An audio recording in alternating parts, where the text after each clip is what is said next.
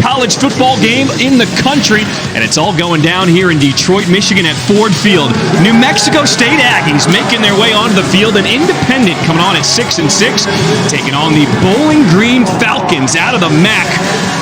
6-6. Who's going to get to their 7th win of the season? What's up, everybody? Welcome inside the booth alongside my partner, former Buffalo Bills running back. He's Rini Ngoli. I'm John Schriff, and Tara Talmadge will join us momentarily. All right, Rini, when you think of bowl games, you always got to wonder, how badly do teams want to be here? And after talking to both head coaches, it is clear it's going to be a battle today. Yeah, for all you Scrooges out there that say there's too many bowl games, they're not important, tell that to these two programs and these players. They are excited. They haven't been to a bowl game in a long time. Both programs, they're ready to go today. Now, we're going to feature two outstanding quarterbacks. First for Bowling Green, Matt McDonald. He does everything for them. Yeah, as Matt McDonald goes, so does Bowling Green. You know, when Matt McDonald throws for over 247 yards a game, they're 4-2.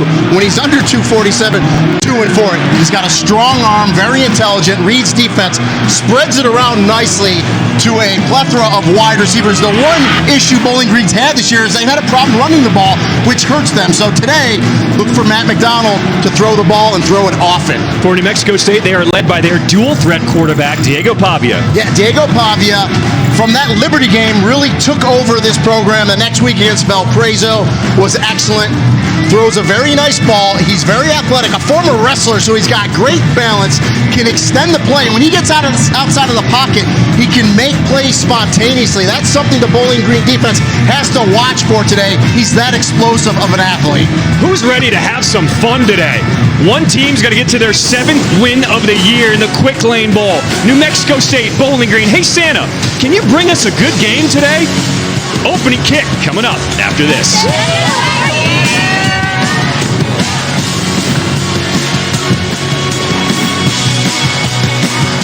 Across the country, businesses have had to adjust how they operate and make difficult decisions to protect their employees, customers, and communities. While we don't yet fully know where this road will lead, we do know you don't have to walk it alone. When you're ready, Cox Media's team of experts will be here to offer thoughtful perspective on messaging and media planning as your customers are evolving how they watch, read, and connect. We're here to help you navigate this together. Cox Media. Better together. Here in Detroit, Michigan, it is time now to welcome in the third member of our crew, Tara Talmadge. And Tara, what a turnaround for New Mexico State this year. Absolutely, guys. This is their first bowl game since 2017. Just their second bowl appearance, though, in the last 61 years. And like you said, a turnaround this season. They started out 0-4. And not only did they lose those first 4 games, but they kind of got blown out. However, it was after the Wisconsin game when they lost 66-7 that they really started to turn things around. They won 4 of the next 5 games, outscoring opponents 147-80. And the last 2 games, they absolutely dominated. So they're going to try to keep things rolling here today against Bowling Green. And I got to say, after talking to the Aggies, they were telling me that, hey, after the turnaround we've had this year, we are capable of anything. Tara, good stuff. And if you have not seen New Mexico State this year, led by head coach Jerry Kill, they are a fun team to watch. Well, and Jerry Kill told us when we were talking to him, the team really surprised him as well. First year, obviously taking over the program, usually takes 3 years into that 4th year. So he said, yeah, pretty surprised that we ended up with 6-6 record and got to a bowl. Pleasantly surprised, and he said he's really happy with his team this year and their effort. And New Mexico State has won the toss. They elect to defer. We are underway here in Detroit. Bowling Green will take the opening kickoff. Jalen Embry trying to get over to that left side. Will be dragged out of bounds at the 25-yard line. A return of 18 yards. And we'll see the Falcons offense come out on the field first, led by Matt McDonald. Yeah, you know, we talked about Matt McDonald in the open. So we'll see what Scott Loeffler decides to do here. And, you know, in talking to Scott this week, wanted to get some more running game going, but so far it's all Matt McDonald as we look at his season numbers. 22 touchdowns, 8 interceptions. He's had a nice year directing this offense. In the backfield, Teron Keith will get the start. They call him Mr. Fix-It. He can do a little everything at the running back spot. They fake the handoff. First play of the game from scrimmage is complete. Odu Hilaire. Now that's 35 straight games with a catch. That dates back to his time with Alabama A&M. That's impressive. And you hear announcers talk about arm talent all the time. It gets probably overused. Matt McDonald just showed you some arm talent. That's a deep out de Hilaire from the far hash puts it on the money to start this game. Bowling Green working out of the shotgun. Christian Sims, the tight end, in motion. Handoff, trying to run over defender. That's Teron Keith. They say he's not the fastest, not the strongest, but somehow comes out of the way to make it get it done. Picks up 7. It's from DeLand, Florida. That's a Central Florida kid out of the Orlando area. He's a football player, John. He makes plays. He catches the ball well out of the backfield as well. A lot of winning touchdowns this year for Teron Keith. 2nd and 3 from their own 49. McDonald, quick throw to the outside, bobbled and incomplete. Was trying to find Keith out of the backfield. And just as I say, he's got good hands. It gets dropped. But that's one there where Mac McDonald, I think, just a little pumped up right to start this bowl game. A little bit too much sauce on that one for Keith to handle.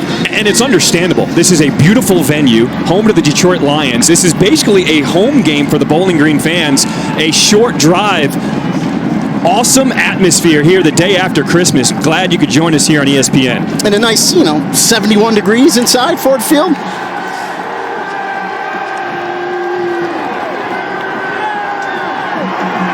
Play clock's down to 4. 3rd and 3 for the Falcons. McDonald pump fakes, will pull it down, rolling out to his left. Will put some air under it. And that's picked off. Intercepted. Trevor Brohard, the linebacker, just read that one and picked it off. Brohard is the heart and soul of this defense. Very passionate, one of the leaders, and that's the problem there. So Matt McDonald kind of throws this into traffic. You got 2 receivers kind of scramble drill, but when you do that, look how many white jerseys, how many defenders are there, and Brohard, the Mike linebacker, goes up and makes an outstanding interception. Gets the takeaway for the Aggies. Look at that sideline for New Mexico State. Fired up. Just their 2nd bowl game in 61 seasons at New Mexico State. Here's Diego Pavia on the field for the first time for the Aggies. Fakes the handoff. Here comes the pressure, and he gets rid of it. You got to be careful because Bowling Green will get after you all day long. Yeah, they're going to put pressure on Diego Pavia because they want to keep him in the pocket, get him uncomfortable, get him off his spot. That time, they get after him right away. Defensive coordinator Eric Lewis says, we're going to send some pressure, and they did.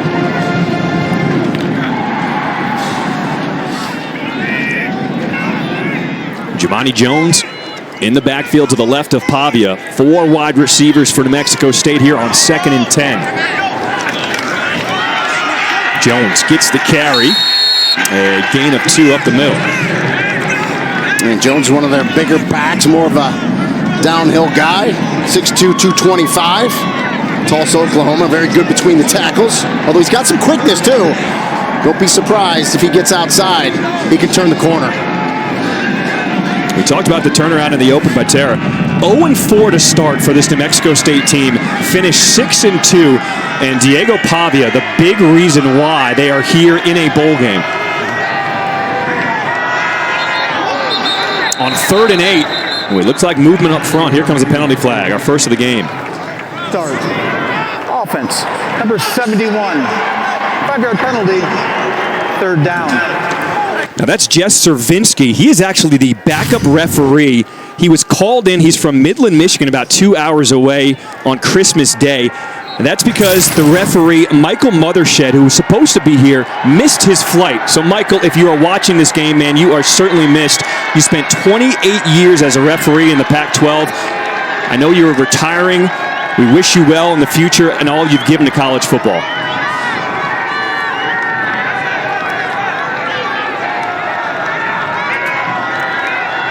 Penalty backs him up. 3rd and 13. Pavia trying to take a shot deep. He's got a man, and it's complete. Justice Powers. He was double covered, got past the defense. A huge pickup on 3rd and long. They get 42. And Powers, 6'4", 185, one of those long wide receivers that can run. They got a couple of them on that roster, and he just goes by Deshaun Jones, the corner, and a good ball by Diego Pavia, and that's a huge play on 3rd and long. I'll forget the safety. Chris Bacon was supposed to be there on help, and he wasn't there. into Bowling Green territory. Pavia will hand it off to Jones, and that is blown up in the backfield. The Falcons were all over that one. A loss of 3. Jordan Anderson and Trent Sims both there. And Anderson's one of those 3-time All-MAC guys from that safety position, comes up and run support. Love to see that out of your safeties.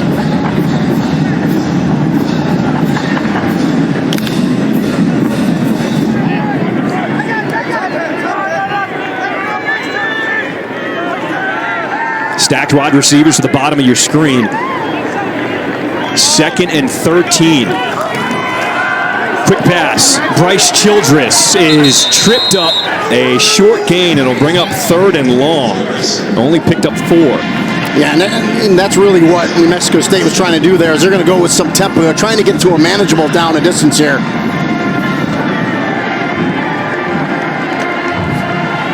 Look at this formation out of the Aggies on 3rd and 9. Pavia, spread formation. He's going to try to pick it up with his legs, and he dives forward for the first down. We said he's a dual threat quarterback on 3rd and 9. He gets 10. Well, and you love the look, right? You spread it out. You got offensive linemen all over the place, lined up in wide receiver positions on the line of scrimmage. And it just gives you space, right? So when you got an athlete like Pavia, you get that space and you say, just find your hole and go get it. So now that's 2 big 3rd down conversions on this drive alone for New Mexico State.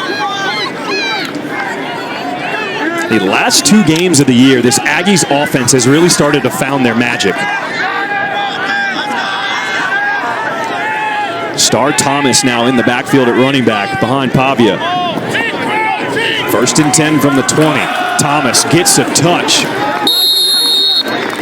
And he'll pick up 5 on 1st down. J.B. Brown, the guy for Bowling Green, to bring him down. And I tell you, whether it's Jamani Jones or Star Thomas, they're both about 225, 230. They'll get behind their pads and get after you downhill. And when you can pick up 5 yards on 1st down, keeps you on schedule ahead of the chains. Jerry Kill is one of the most respected coaches in all of college football. He said he would only come back for this job if it was the right opportunity. He feels like New Mexico State is a place he can win. They call him Mr. Fix-It, right? Everywhere he's gone, he's turned around those programs. 2nd and 5, David the man in motion. They fake the handoff to him. Pavia throwing on the run. He finds Thomas, spinning, end zone, touchdown. New Mexico State's on the board first. A 15-yard touchdown pass from Diego Pavia. And this Aggies offense looks good. And that was a true RPO, run-pass option there out of Diego Pavia. You see him put it in the belly, then he reads the defensive end as he steps up. As Diego Pavia steps up in the pocket, draws defenders, drops it to Star Thomas. And that New Mexico State offense looking good early. Ethan Albertson on to attempt the extra point. New Mexico State with a 7-0 lead here in the Quick Lane Bowl. Get the takeaway, and you turn it into points. Couldn't ask for a better start for New Mexico State. They're excited in New Mexico. Aggies lead it early, 7-0.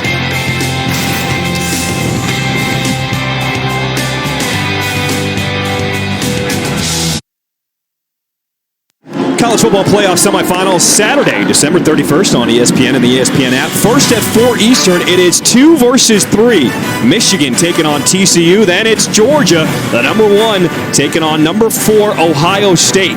The winners will play Monday, January the 9th on ESPN. And we had TCU earlier in the year, against SMU, and a team that's just gotten better each and every week. So excited to see TCU make the playoff.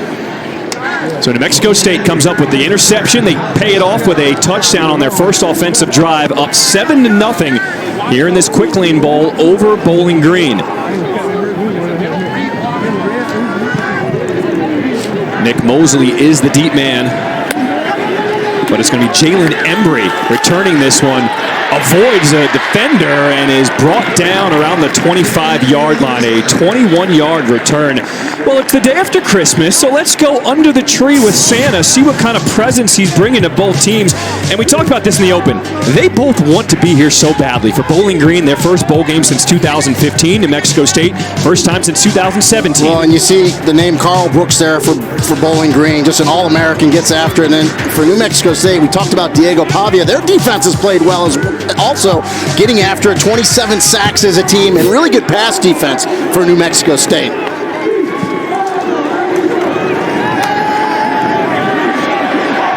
On the run, McDonald throws on the money. Completes to his tight end, Christian Sims, for a gain of 13. Scott Leffler, in his 4th season as the head coach, this is his first bowl game. And we talk about turnarounds for New Mexico State. I mean, he has done an incredible job. When he got here, the defense and offense ranked almost last in the country, and now he's in a bowl game. Yeah, +4 and +2. He's just gotten better every year he's been there, doing a nice job. On the ground again, they pick up a couple on first down. All right, so for Matt McDonald, through an interception his first drive, what's the key to settling down? Well, and he's an experienced quarterback. He'll flush it. You got to just forget about it. He just threw it where he shouldn't have. There was too many defenders there, but he's got a lot of weapons, especially tight ends. We saw Christian Sims make that catch a play. That's the 75th reception for that tight end group for Bowling Green this year. Very talented. Mr. Fix-It back in the game. Teron Keith at running back. On 2nd and 7. Handoff is to Jamal Johnson, and that is red. A loss of 2. Chris Ojo, the linebacker, knew that right away. Let's chalk that up. 102 tackles on the season now for Chris Ojo. I mean, he gets after it. Will linebacker, he's played every position. Middle linebacker, outside linebacker. He's a great pass rusher as well. He used to be kind of that rush defensive end. Can play in space, can do it all. NFL caliber player, Chris Ojo. He's going to get a look on Sundays. After the 2-yard loss, it brings up 3rd and 9 from the 40. Here comes the pressure from the Aggies. McDonald's got to get rid of it. Avoids the rush to his left. He's got daylight. He's going to take off with his legs. Matt McDonald, and then a hit out of bounds. Here come the penalty flags. That was Dylan Early, the safety, who hit him late after a gain of 11. Yeah, now more flags because his offensive linemen are over there upset, rightfully so. We'll get a look at it. It was definitely late, and you got to hope Matt McDonald's okay. You don't want to see him get hurt on a play like that, and he's still down on the play. And it was great recognition by McDonald. The blitz came. Good job picking it up. As he rolled out of the pocket, nothing but green turf to his left. He picked up that first down and then takes the late hit. Now you got to remember, McDonald is also coming off of a concussion in his last game. Let's take a look at this last play, McDonald rolling out. Yeah, and it's a great recognition by McDonald. Now he's going to get the first down. He's going out of bounds. Yeah, and you just, he goes low, does Dylan Early, the safety, and it's clearly a late hit. You just can't do it. And really, it's and you talked about it, John, right? It's not necessarily the hit, but it's the head hitting the ground on a low hit like that for Matt McDonald. And we asked Scott Leffler about McDonald. Coming off a concussion, he said, that game was a month ago. We practiced recently this past week. It was like a game week for us. He has looked really good, but now the backup, Camden Orth, is in the game with McDonald being tended to. Yeah, and they'll go through all the protocols with Matt McDonald, make sure he's okay, but Camden Orth, another big quarterback, 6'2", 230, good arm strength as well. On first down, they give it to Keith. No gain on first down.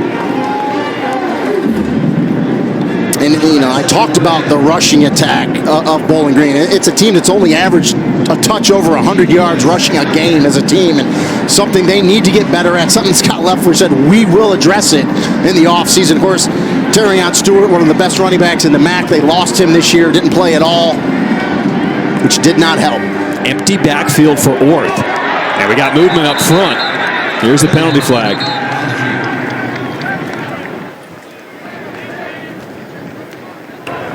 Offside. Defense number 10. 5-yard penalty. 2nd down. That's defensive end Lazarus Williams for calling for the offsides. Yeah, we'll get a look at it here. A couple guys actually jumped, but Lazarus is going to get the call. And this is right here, if you're the offensive line for Bowling Green, it's an attitude thing, right? You got to say, we're going to get after it. We're going to pin our ears back. We're going to get a running game going today. Fake the handoff. Throw is complete. Austin Osborne. And Osborne has the first down. So the first throw from Camden Orth is complete, a gain of 10. And Scott Leffler said it's good news to have Austin Osborne back. He had a shoulder injury. He's back. He's the true number 3 receiver for this team. And just nice little sit route. Good job by Camden Orth. Put it on him and let Osborne turn up and get that first down. The junior from Gainesville, Florida, called into action because the starter, Matt McDonald, was hit out of bounds. He is still being looked at. Jason Patterson, the man in the backfield now. They fake the handoff to him. Orth scanning the field, and he's going to get brought down. Sterling Webb, the defensive tackle, bringing him to the ground for a 3-yard sack. And that's just good coverage in the secondary by New Mexico State. Orth had some time, but the pocket eventually collapses as he steps up. He's going to go down with the sack. And just good strength by Sterling Webb, the freshman, to just get off the block as Orth climbs the pocket to get there for the sack.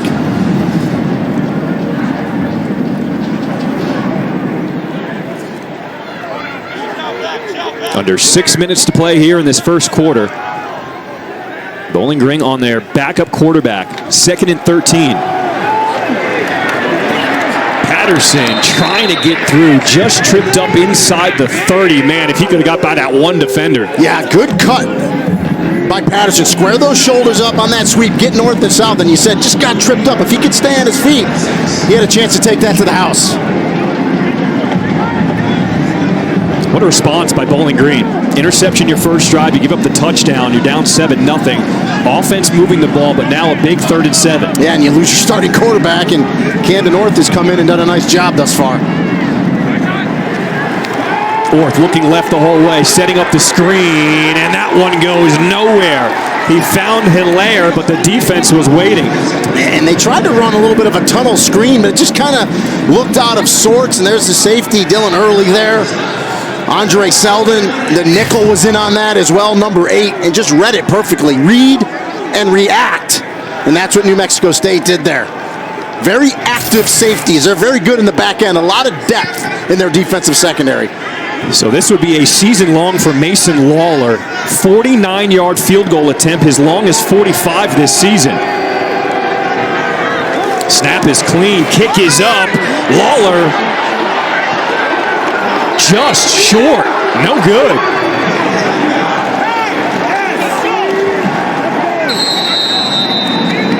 So Bowling Green puts together a big drive, but comes away with no points. Yeah, you would have loved to have gotten some points there. Just a little bit out of Lawler's range, but they moved the ball offensively. You see Scott Leffler checking in on his quarterback, Matt McDonald. We will be back to Detroit after this. Across the country, businesses have had to adjust how they operate and make difficult decisions to protect their employees, customers, and communities. While we don't yet fully know where this road will lead, we do know you don't have to walk it alone. When you're ready, Cox Media's team of experts will be here to offer thoughtful perspective on messaging and media planning as your customers are evolving how they watch, read, and connect. We're here to help you navigate this together. Cox Media. Better together. The Quick Lane Bowl is brought to you by Quick Lane Tire and Auto Center, your go-to for oil changes, tires, brakes, the whole 9 yards. And Capital One, what's in your wallet? You are looking at pictures of a Falcon Christmas. I mean, this is really why college football is so amazing. Yeah. You get the team together, young kids from the Bowling Green community, bringing them toys, bringing them holiday cheer on the Christmas time. Bowling Green, congratulations. Job well done in the community. You love to see that. 2 great programs. Good stuff. New Mexico State with a 7-0 lead over Bowling Green here in this Quick Lane Bowl. New Mexico State with their second offensive possession. Well, it looks like this is good news for Bowling Green. Matt McDonald on the bike, trying to stay warm. Let's see if we will see him back in this game. Handoff is to Amante Watkins. Gets back to the line of scrimmage. No gain.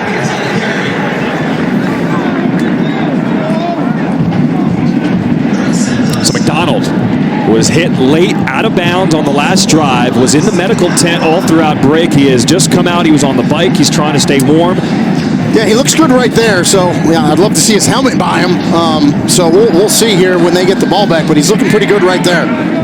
It looks like he's going to get a ball and start throwing. They actually say that last play was a loss of 1. So 2nd and 11. Jamani Jones back in the game at running back. Pavia rolling out. Sitting down is Cordell David. Found that soft spot in the zone. Good run after the catch to pick up a first down. And David's another one of those long receivers, 6'3", 6'4". There's a few of them for New Mexico State, but that's what Diego Pavia can do, right? You roll him out. You have to respect the ability for him to keep the ball and run. Defenders draw to him. Good patience by Pavia as he puts it to David there on that right sideline.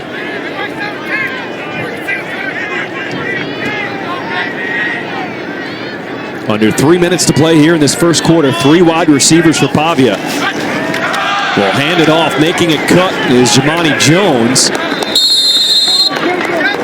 A good pickup on first down. Will get 4. I tell you though, if you're a New Mexico State fan, you got to be thrilled with the emergence of Diego Pavia.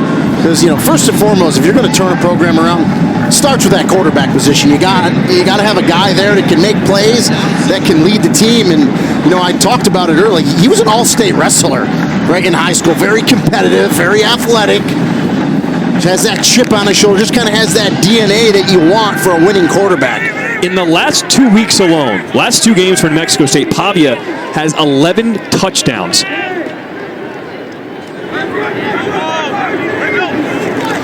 Second and 6, trying to set up the screen, and that goes nowhere. Jordan Anderson coming up from his free safety spot to bring down Brady. I mean, that's an outstanding play. Watch Anderson. He's going to shut the block, read it, shut the block, and then make the tackle as well. I mean, you can't do it any better than Jordan Anderson did right there. And he's a Detroit, Michigan guy. He's homegrown right here, playing in front of the hometown. You know, he's excited for this one today.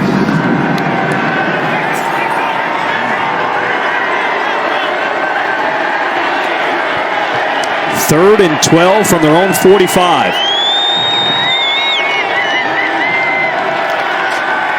Aggies pick up the blitz. It is batted down by Carl Brooks. 6'4", 300. He is the best pro prospect on the field. Yeah, I always say this. Don't be fooled by these big defensive linemen wearing like number 11, because he's every bit of 6'4", over 300 pounds, and he plays defensive end for Bowling Green. He's going to be a 3 technique in the NFL. He's going to slide down, play more of that hand on the ground defensive line position, but he's a good one. We're going to call his name out a few more times today. I'm going to go on a limb. So Jalen Embry is the deep man. George Eberle will punt things away for New Mexico State.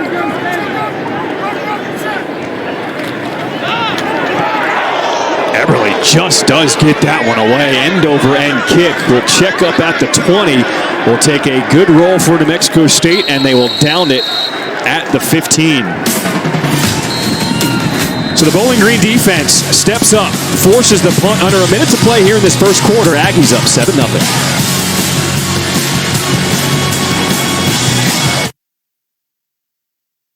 Mexico State with a 7-0 lead over Bowling Green. Let's send it down to Tara, who's got more on starting quarterback Matt McDonald. Well, I've been watching him since he came off the field. He was in the tent for a little bit. Coach Leffler went in there. Not sure exactly what happened, but when he came out, Matt McDonald got on the bike. He's been walking around a little bit, started throwing the ball, just I think testing his arm. And now it's clear he's not going back in the game right now. That's not to say that he's going to be out for the remainder of the game, but right now he will be sitting out. All right, thanks. Keep monitoring that, Tara. On the first play here, they will hand it off to Jason Patterson.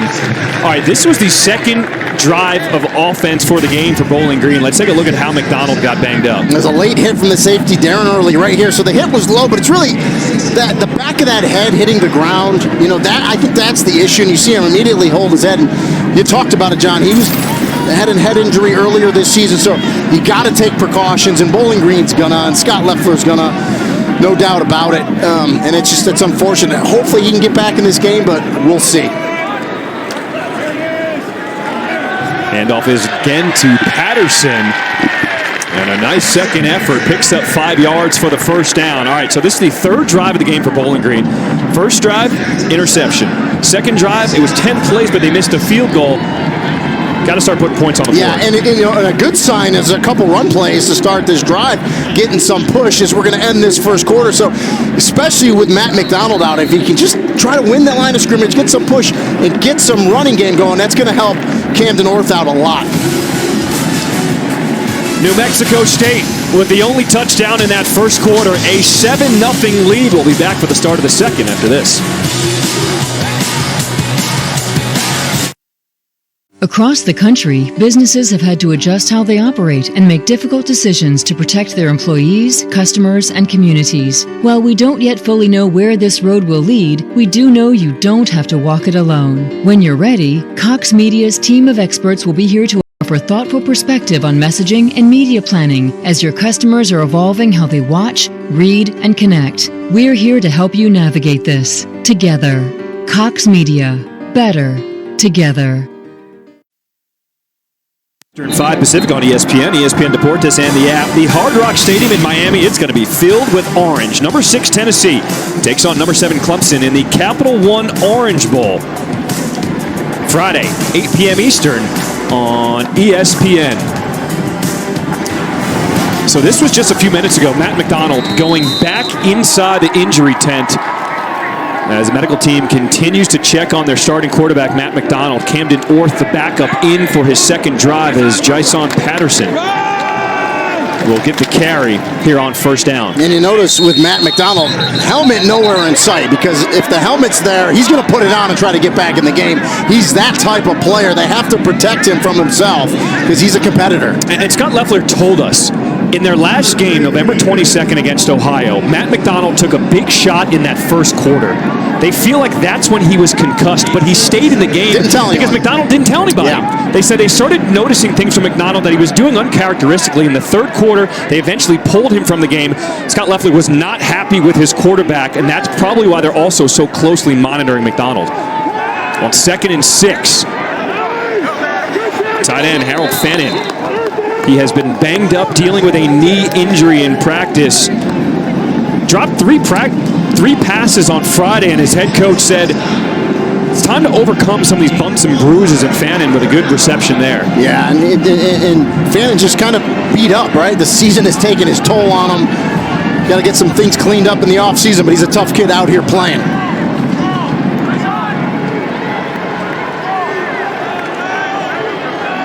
Empty backfield for Orth on 3rd and 5. A 4-man rush, good protection, plenty of time, and Orth is on the money. Completes to Christian Sims, his tight end, 16-yard pickup. You got to credit that offensive line. You said it, partner. Great, clean pocket for Camden North. Great timing. He scanned the field. He went left, right, and then came back left to his receiver. Good job to his tight end, Christian Sims. Puts it on him. That's a good third down conversion for Bowling Green and Camden North. Perfect. 4 of 4 to start this game for Camden North, coming on in relief of Matt McDonald. Here comes the pressure. Airing it out. McDonald, Orth, his receiver didn't even see it. Hilaire was kind of looking up for the ball. Cyrus Dumas there in coverage. Yeah, good coverage on the back end. And we talked about it, and talking to defensive coordinator Nate Dreiling for New Mexico State, he said, listen, we have a lot of depth in the secondary. It's a strong unit, a lot of experience back there. The corners and safeties all can run. And it shows in that they're only giving up 183 yards a game in passing yards. It's pretty good. You also notice from the Aggies defense, when they give Orth time, he can make that throw. They pressured him that last play. On the ground, scooting through the hole is Patterson. He'll be taken down at the 46-yard line. Brings up 3rd down after a gain of 7. Yeah, good quickness through the hole by Patterson there. And the thing I like excuse me, it's Jamal Johnson. The thing I like is it gets it back to a manageable 3rd and short here. Back to the ground. This is Johnson, met right at that first down marker.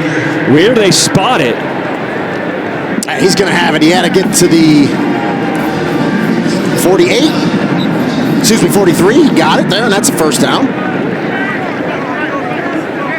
Scott Loeffler told us his run game has not produced much, but so far today, they've been coming up big. I like the way the running backs are getting behind their pads, finishing off runs. It doesn't matter which one's in there, and they're getting good push by that offensive line. That's a good sign if you're a Bowling Green fan.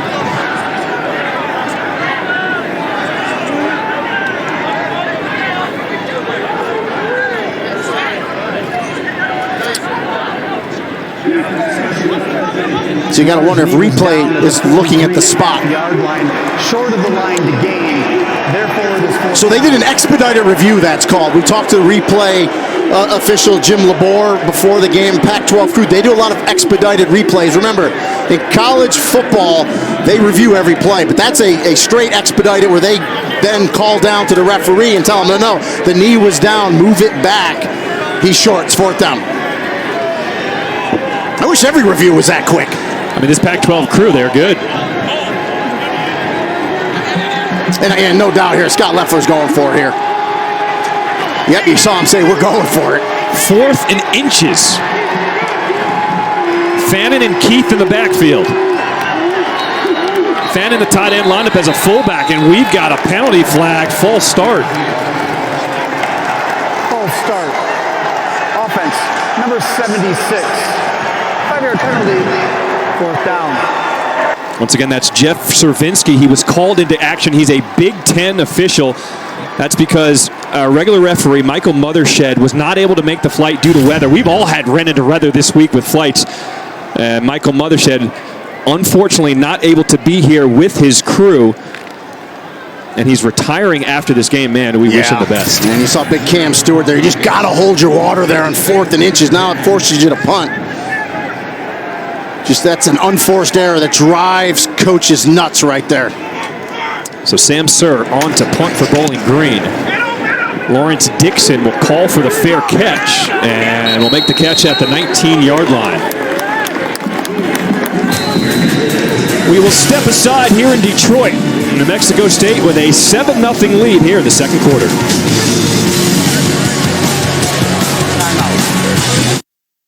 Welcome back to Detroit, the Quick Lane Bowl. Let's take a look at the Progressive Bowl Challenge Cup standings. Now, the Bowl Challenge Cup is awarded to the conference with the best winning percentage in the postseason.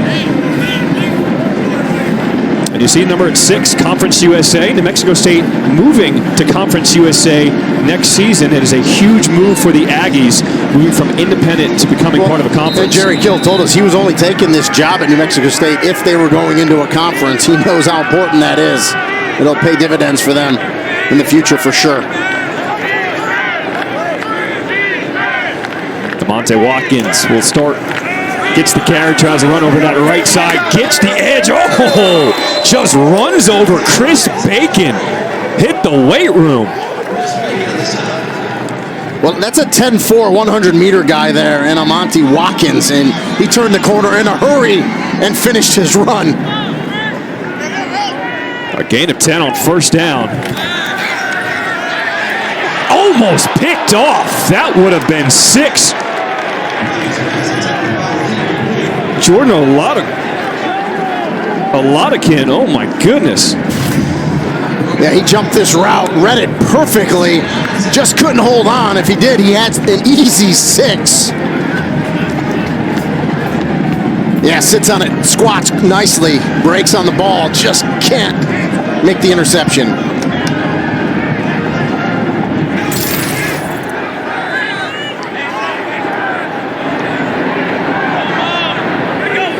Second and 10.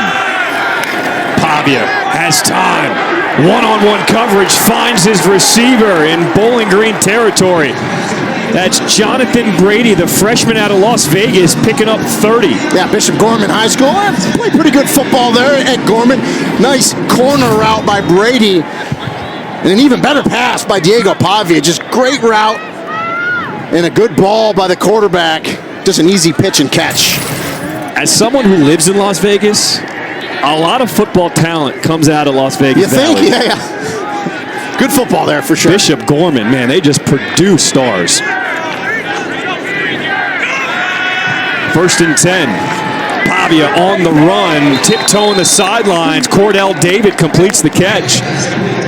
A gain of 7. Yeah, and he had a high-low there. He had Brady running a corner route again, but to this side of to the right side of the field. Could have went there, goes underneath to David. And you see, that's Tony Sanchez right there. Former Gorman coach, also former UNLV head coach, coaches the wide receiver. So might be a little pipeline from Bishop Gorman to New Mexico State with Tony Sanchez, also an alum of New Mexico State. So a lot going on there.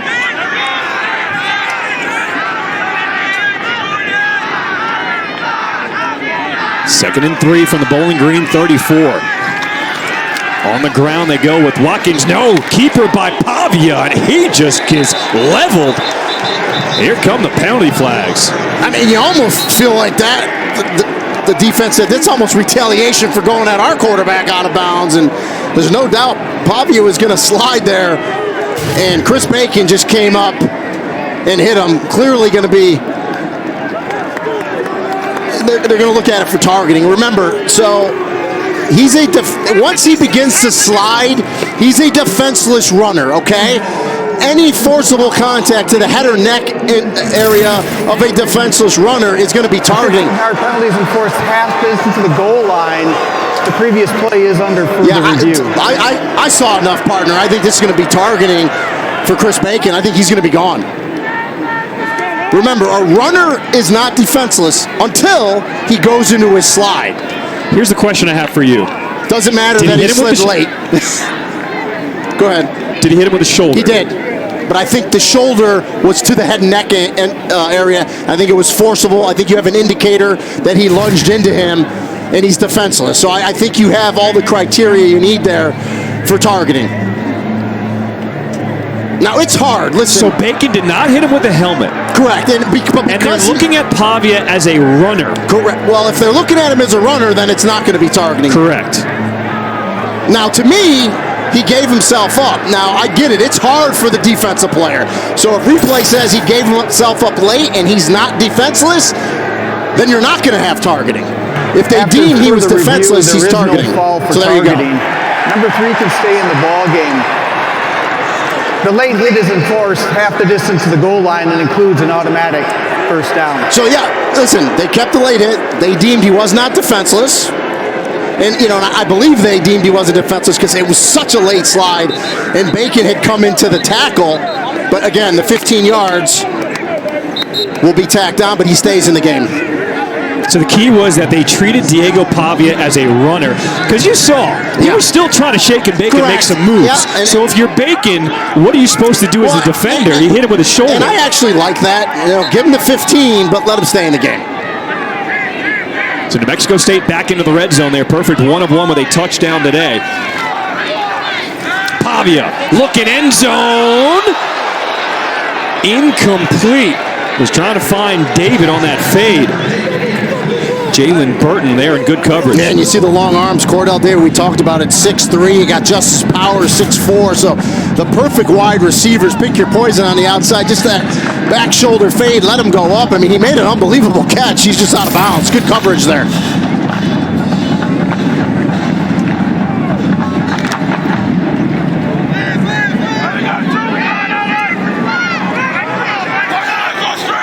So after the incompletion, 2nd and 10 for New Mexico State in the red zone. They go to the ground. Watkins maybe gets 1. A good stop by J.B. Brown.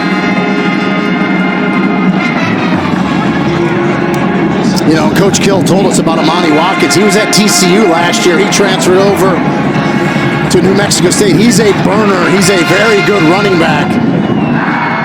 We're glad to have him and healthy. And, we talked to Coach Kill before the game. Very intense. He was ready to go today for this one. He feels like he has everything he needs at New Mexico State to turn this program into a winner consistently. First 3rd down of this drive. It'll be 3rd and 9. Pavia looking left. He's pressured. scampering, and he's going to pick up the first down. Trent Sims saved the touchdown, but Pavia showing you he can move with his wheels. Not only that, we were talking about that penalty so much. How about the toughness of Diego Pavia to take that hit a few plays ago from Chris Bacon, get up like nothing happened, then again extending the plays. Could have probably been a face mask there. Pavia shakes it off and then knows he has to go forward at the 2-yard line to get the yard to gain, and it's 1st and goal. Outstanding play by Diego Pavia and great toughness. I mean, look at his numbers, averaging almost 10 yards per rush. Big boy formation for the Aggies. They give it to Watkins, and he is stood up on 1st down. J.B. Brown showing the intensity from this Bowling Green defense. Yeah, and you said it, old school double tights, I formation. But excellent job up front by Bowling Green to shed blocks. Blaine Spires, number 9, was up in there, and you almost wonder for New Mexico State if you're going to put one of your bigger backs in like Jones or Thomas, a 230 guy, 240 guy, and that right on cue, there's Star Thomas. Put a 230-pounder back there. So let's see if Thomas can punch it in for the Aggies here on 2nd and goal. Pavia keeps it, throwing end zone, touchdown! A 2-yard touchdown completion, but we do have whistles. Eric Marsh, the tight end, completes it. But let's see what the call is. Holding. Defense number 6. The penalty is declined. The result of the play is a touchdown. And it's a well-designed play. You got Marsh, 48, lined up at that fullback position. A little play action to Star Thomas, and then you just slide Marsh out into the flat. Nice, easy throw by Diego Pavia, and a nice touchdown in the quick lane bowl for Eric Marsh. Ethan Albertson, his extra point is good. New Mexico State with a 14-0 lead here in the 2nd quarter. And we talked about it. Bowling Green has been able to move the ball. You just got to finish drives. You got to get points on the board. And this New Mexico State offense, led by Diego Pavia, is looking good. New Mexico State leads it 14-0. We'll be back. The College Football Playoff Semifinals, Saturday, December 31st on ESPN.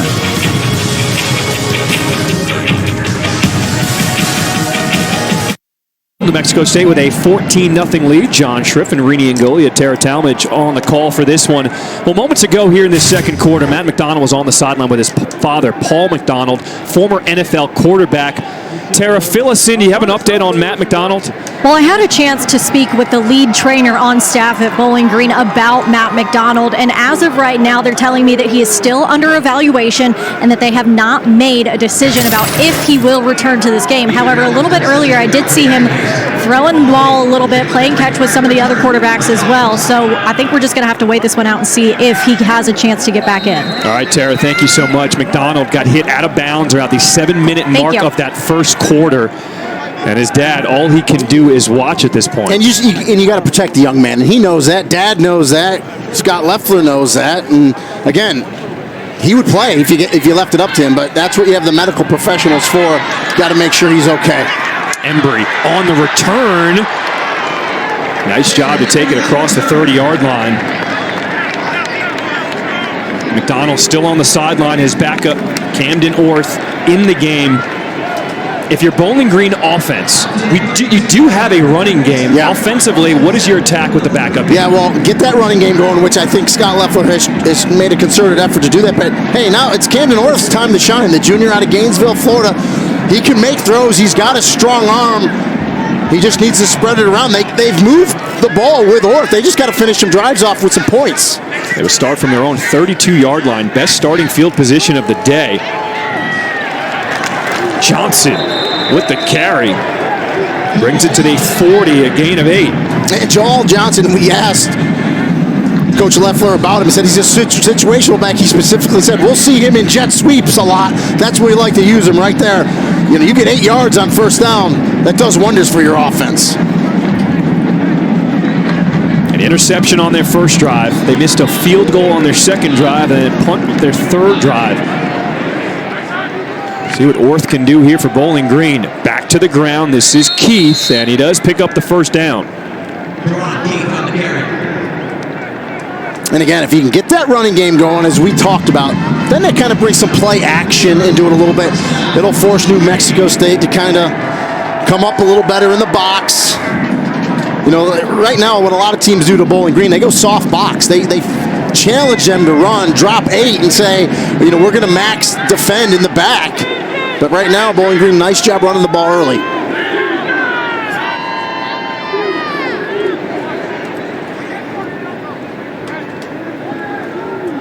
Play clock's at 3. Fake the handoff. Got to get it away. Wide open. Keith out of the backfield. What a play by Bowling Green, and what a play by Orth. Recognized the backside pressure and got it off. Well, and he had 2 guys. He not only had Teron Keith, he had Andrew Bench, one of the tight ends there as well. I mean, Chris Ojo, number 3 for New Mexico State, looks like he shot out of a cannon on the right side. And as you said, composure by Camden North to say, let me get it up there. I got a back wide open. Just get some loft under it. I'm going to get a big play here. Excellent job by Camden North.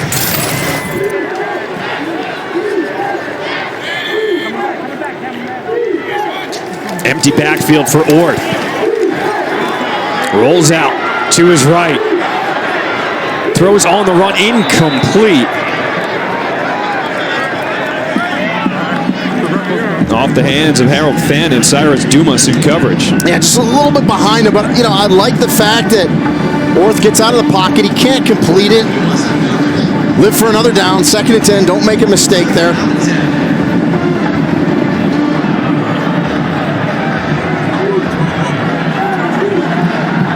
If you're Scott Leffler, how much of the game plan gets adjusted with your backup? Other than experience and reps, you know, talent-wise in terms of arm strength and running ability, I think Orth is similar to McDonald. Like, they don't do a lot of things real different, except for the experience, of course. 5:35. And the game reps, which go a long way, obviously. That experience of Matt McDonald, you just can't replace. But it's a chance, you know, for Camden North to shine. And I asked Scott Leffler about his offense. He calls it a mutt offense, in quotes. It's just kind of a mix of everything he's learned from all the coaches he's been under.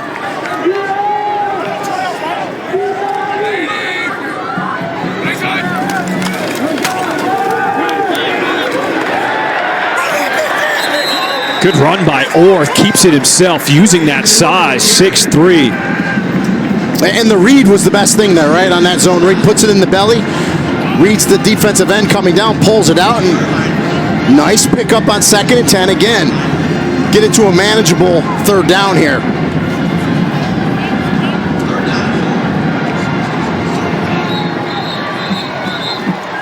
And a timeout, New Mexico State. Falcons offense. They are moving the ball. The Aggies want to talk things over.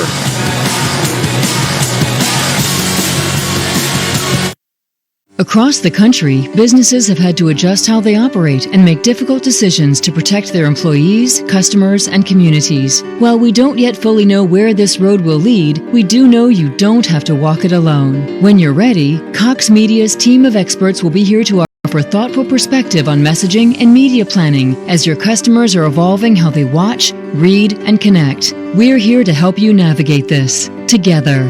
Cox Media. Better together.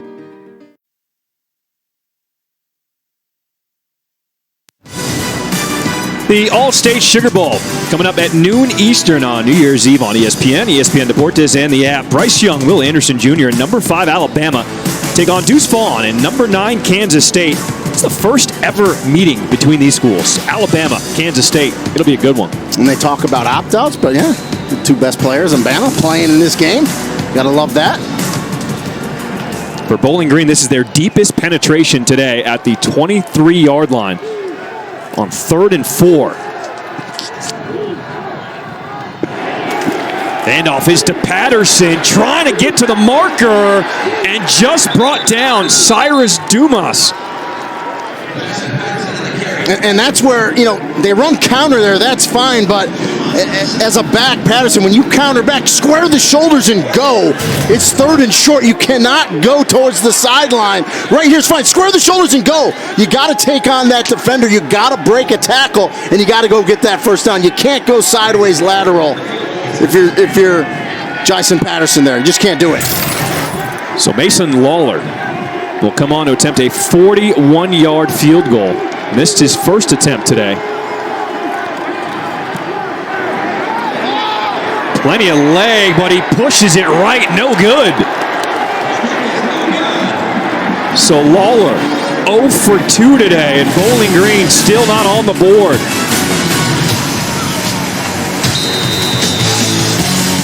College Football Studios coming up at the half. We'll get Trevor's thoughts on the opening half. Plus, conventional wisdom is it's been impossible to move it on Georgia and Michigan all year. How Ohio State and TCU plan to buck that trend. All that and more coming up at the half. John.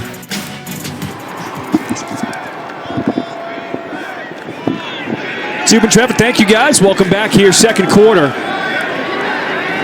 Star Thomas. He is the big back, and you see him finishing the end of the run. That's what my partner did at UMass. Listen, Reedy, I know that's what you love to do, man. Yeah, and you got to finish runs off, especially when you're blessed with a 230-pound frame like Star Thomas. But, really the difference in this game thus far, 159 total yards for Bowling Green, no points to show for it. Before that run, New Mexico State 157, but 14 points. Got to finish drives. Bowling Green has missed from 49 and 41-yard field goal attempts. Mason Lawler.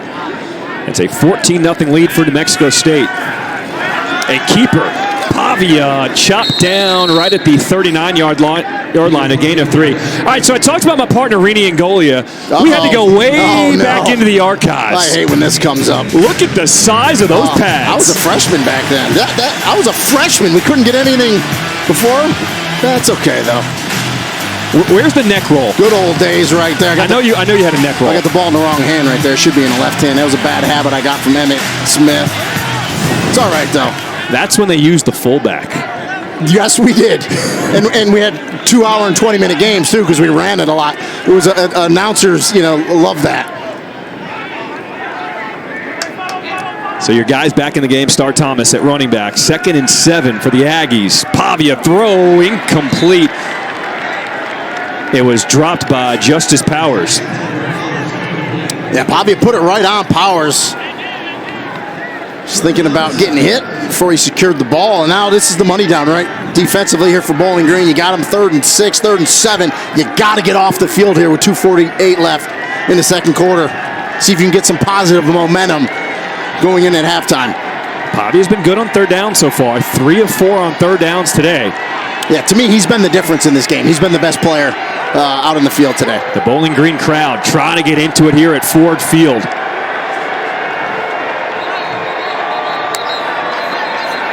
And a timeout, New Mexico State. New Mexico State. They're second of the half. 30-second timeout. We're talking Diego Pavia. Take a look at what he's done so far today in this first half. And the thing is, he's dual threat, and so that drives defensive crazy. He throws nice balls. Look at the vertical route down to Justice Powers early on, and then the RPO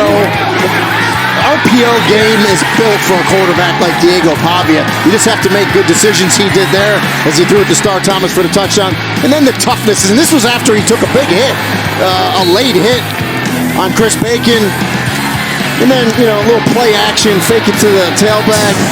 Slide that fullback / tight end into the flat. Just nice little dump pass. Pretty good numbers right there for Diego Pavia. Well, that's why this team started 0-4. And then all of a sudden, Diego Pavia figured it out. And he has got the Aggies rolling.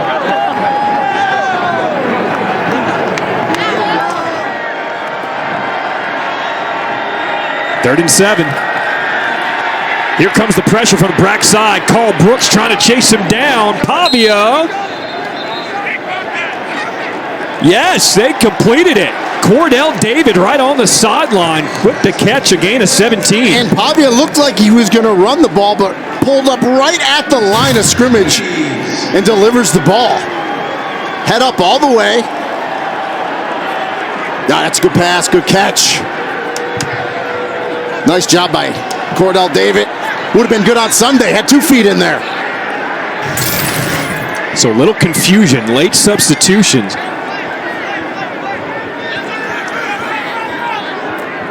First and 10 for the Aggies in Bowling Green territory. Pavia finds Thomas out of the backfield, makes the first guy miss. It takes 2 guys to bring him down. Picked up a tough 3 yards. I mean, you see those thighs, they're like tree trunks. You better bring it and you better wrap up on Star Thomas. He bounced off that first defender.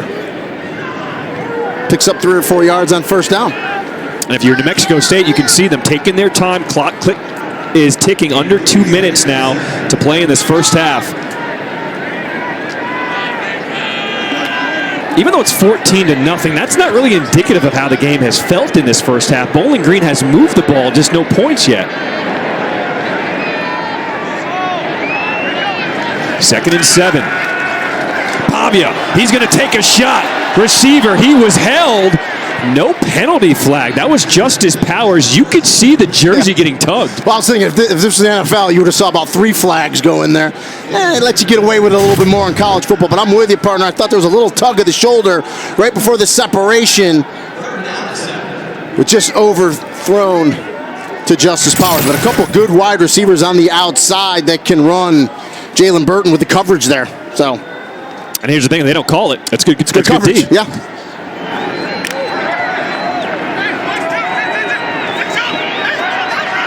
Bowling Green showing pressure on 3rd and 7. Here come the Falcons on the blitz. Pavia gets rid of it. Complete. First down to Tomas Whitford. Pavia took a shot but stood in there to deliver the strike. The toughness. He knows he's going to get hit. As Bowling Green sends a blitz, he stands in the pocket, gets the hit, and delivers it to Whitford, his big tight end. Picks up the first down. No, actually a little short. I'm sorry. He did not get it. And we're going to see he's going to take the hit off his right side. He knows it's coming. He can feel it. And delivers it to Whitford. There's a good tackle by Chris Bacon to keep Whitford from getting that first down as the clock continues to run here. So marked just short of the first down. It'll bring up 4th and inches. And now New Mexico State will use their final timeout of the first half. Yeah, Jerry Kill lets it run, calls the timeout, and he'll decide what he wants to do here. We'll be back in 10 seconds after this message from Ally. How you support your team is how your money deserves to be supported. That's why we're all better off with an Ally. Back to you. So on 4th and 1, if you're Jerry Kill, what are you doing here? Well, Ethan Albertson, one of your kickers, got a pretty strong foot. He's got the ability to hit a 50-yarder, but from here, we're talking about 52. So I think they're going to go for it here. That's why I think he let that clock run down to 1 second. So I think he's going to go for it. Try to at least get it closer for a more manageable field goal instead of try a really long one here. We'll see if I'm right. Jerry Kill has been all over the college football world. He's done such a great job at so many schools. In talking to him this week, it feels like he's reinvigorated with everything that they're supplying him. New facilities, a new conference, going to Conference USA. He was at Northern Illinois, at Minnesota, all places that he's turned around and done an excellent job. And he's doing it here in the first year at New Mexico State. On 4th downs this season, New Mexico State, 11 of 14. The fullback, Eric Marsh, and the running back, Star Thomas, will line up behind Pavia. This was the formation they ran at the goal line for that 2-yard touchdown pass to Eric Marsh. On 4th and 1, and it looks like Bowling Green's going to use a timeout. Yeah, I think Scott Leffler wanted to see what they lined up in. Defensive coordinator Eric Lewis. So, came out in that same formation. A power formation, a little old school there. So now this is the chess match, right, of football. So we'll see if New Mexico State and offensive coordinator Tim Beck, who, oh, by the way, is Been friends with Jerry Kill for 30 years. They've coached together a ton. He's at New Mexico State with Coach Kill. We'll see if they come out in the same play or maybe a different formation.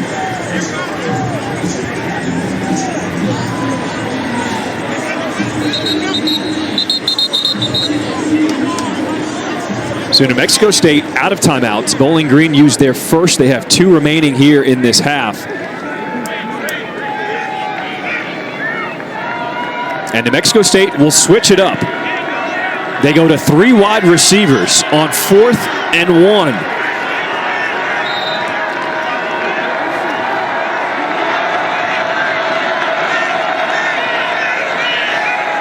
Plenty of time on the play clock. Pavia, we had a flinch before the snap. Here it's a penalty flag.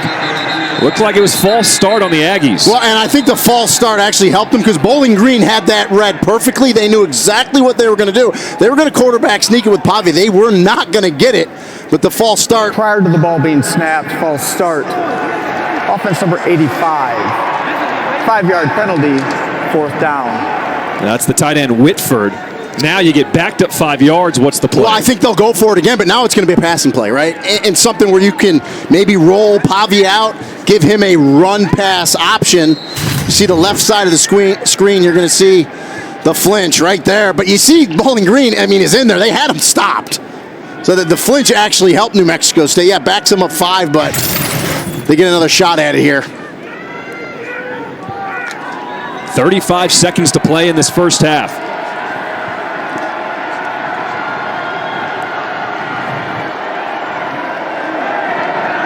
On 4th and 6, Pavia rolling out, avoids the rush. Throws it up, and it's picked off. Chris Bacon with the interception for the Falcons will be tripped up. And the Bowling Green defense comes up huge. I like the decision by Pavia, though. He knew it was 4th down. Just throw it up. How many times do you see quarterbacks run out of bounds and take a sack? Throw it up. It's going back to Bowling Green. Either way, but Carl Brooks, the big man, shows you he can run, but excellent job by Chris Bacon to make that interception. Get it back to the 32-yard line here with 22 seconds left. You got to be careful, though, if you're Bowling Green, because usually more bad happens to you, than good with only 22 seconds left. We'll probably call something, high percentage here. See if you can squirt something out towards midfield. This was Pavia coming off on the end of that play, a little gimpy as he goes to the sideline. Here's Orth. Connects over the middle. And getting down for the first down is Osborne. He actually marked him just short, so the clock will continue to run. He thought he had a first down, and now that forces Bowling Green to use their second timeout. He was a yard short, and so what Scott Leffler's mad about, the line judge on his sideline was standing where it would be a first down, so he assumed the clock was going to start, but the near side, the headline judge had him a yard short. Please reset the game clock to 12 seconds. So they're going to put 4 seconds back on, but yeah, Scott Leffler not happy. It's the right spot, by the way.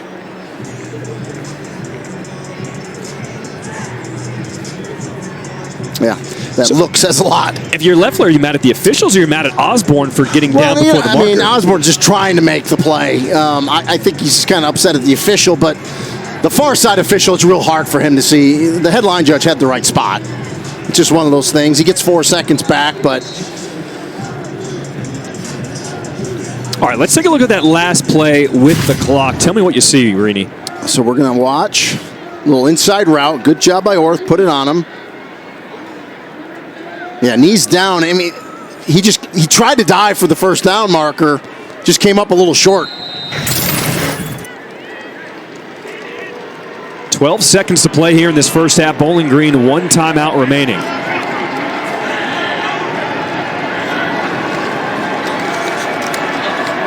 Orth downfield, incomplete, was looking for Hilaire. 8 seconds. Yeah, and good bracketed coverage there. Patrick Day, the boundary safety, was on top of that one. You had the corner underneath. Terrific job in the back end there by New Mexico State. We asked Coach Kill, he said, I asked these kids for everything they could possibly give me this season. He goes, there's not even 1% more they can give me. That's how happy he is, especially starting 0-4 to be able to get to a bowl game and finish the way they have. And good first half here for them as well. 3rd and 1.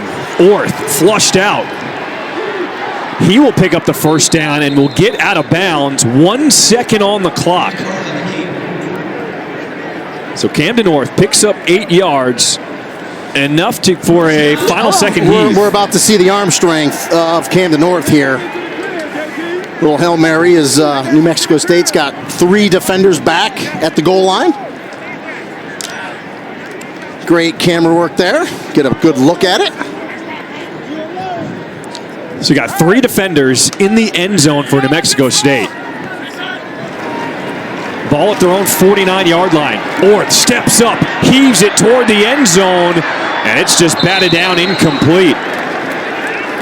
Dylan Early, the free safety, reading that perfectly. And you never see free safeties knock it down like that, which you should. That's the proper football play. Usually they want that interception for their stats, but good job, Dylan Early. Our score at the half, New Mexico State, 14-0 over Bowling Green. Bowling Green had chances. They missed 2 field goals, one from 49, another from 41. Yeah, yardage, move the ball, just no points. Let's send it down to Terra with New Mexico State head coach Jerry Kill. Coach, Bowling Green still has yet to get on the board. How impressed have you been with your defense so far? Well, they're playing hard, and that's half the battle. And we're tackling pretty well, and we haven't given up the big play. And the biggest thing is not give up the big play, except for the one trick play. We've pretty much taken care of that. Well, you've got one more half to win this bowl game. How do you do it? Not turn the damn ball over. Take care of the football and keep playing good defense. All right, Coach, thank you. Thank you. All right, Tara, good stuff. Jerry Kill, that is an old school football coach. It has been great to talk with him this week. Our score at the half, New Mexico State up 14-0. Let's send it to the studio. And what? What's catching you here? Wisconsin, Oklahoma State, both starting quarterbacks have transferred out. Welcome back to Capital One Bowl Mania. Welcome back to the Quick Lane Bowl, part of Capital One Bowl Mania.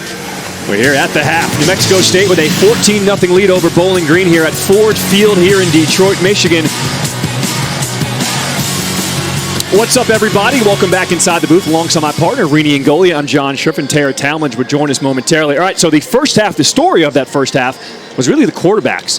Pavia for New Mexico State, he was fantastic. Matt McDonald, unfortunately, he got injured, knocked out of that game in the first quarter, the 7-minute mark. Yeah, I agree. And Camden North, who's come in relief for Matt McDonald for Bowling Green, has played well. But, I mean, you lose your starting quarterback, all that experience, all the reps going to it. It's hard to overcome. They've moved the ball. They just have not been able to put points on the board. All right, let's take a look at your FIS first half stats. And what stands out for you, Rini? Well, I mean, you look at, again, Bowling Green, 174 total yards, 10 first downs, 31 plays, just no points to show for it. But you look at New Mexico State, pretty balanced pass. Get that run up a little bit, but the story, and you mentioned it, John, Diego Pavia has been the difference in this game. To me, he's been the best player on the field for both teams. The backup, Camden Orth, he has played very well. He has moved the ball. Unfortunately for Bowling Green, they've missed 2 field goals from 49 and 41 yards out.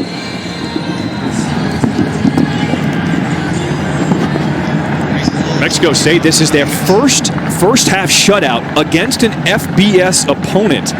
And they're doing it on the national stage, the only college football game in town today. So Mexico State will receive the opening kickoff here to start this third quarter.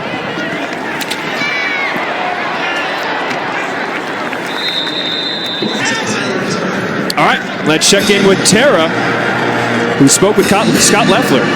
I did, and Coach Loeffler told me that Matt McDonald is officially out for the rest of the game. No official word on exactly what the injury is, but he will not be returning to this bowl game.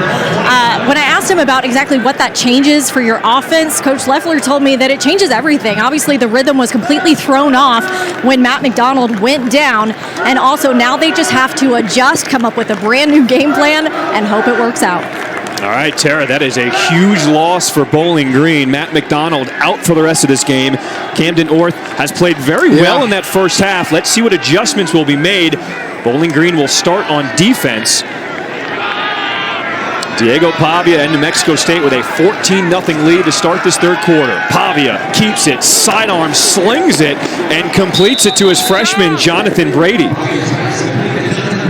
And the coaches raved about Jonathan Brady, the young wide receiver out of Bishop Gorman, Las Vegas. He said he is going to be a good one. Nice route there to start second half here. Come back, make that catch from your quarterback.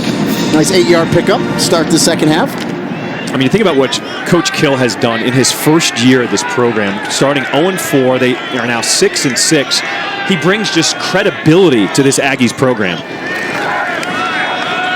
To the ground, lowering the shoulder. Jamani Jones banging forward for a first down. I mean, and Coach Kill told us, listen, he had a 3-year plan. In 3 years, he said, to become the team he wants to be. And again, even he said, a little surprised how my team, rebounded after that 0-4 start to get to that 6-win mark and get to a bowl game. And they definitely have played way better the second half of the season. And that's a testament to Coach Kill and his coaches.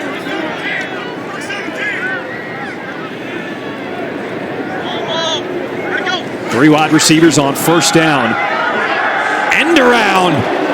This is Brady with tons of room in front of him. He's got Pavia as the lead blocker. What a play by New Mexico State. We've talked up the freshman Jonathan Brady out of Las Vegas. He picks up 37 yards. Well, and I tell you what, in the future, Jerry Kill and Tim Beck, the offensive coordinator, are going to tell their quarterback, Diego Pavia, we love you being out in front. Do not put your right shoulder into this block. You cannot get hurt here. I love the toughness. You just got to be careful. Kind of, shield them.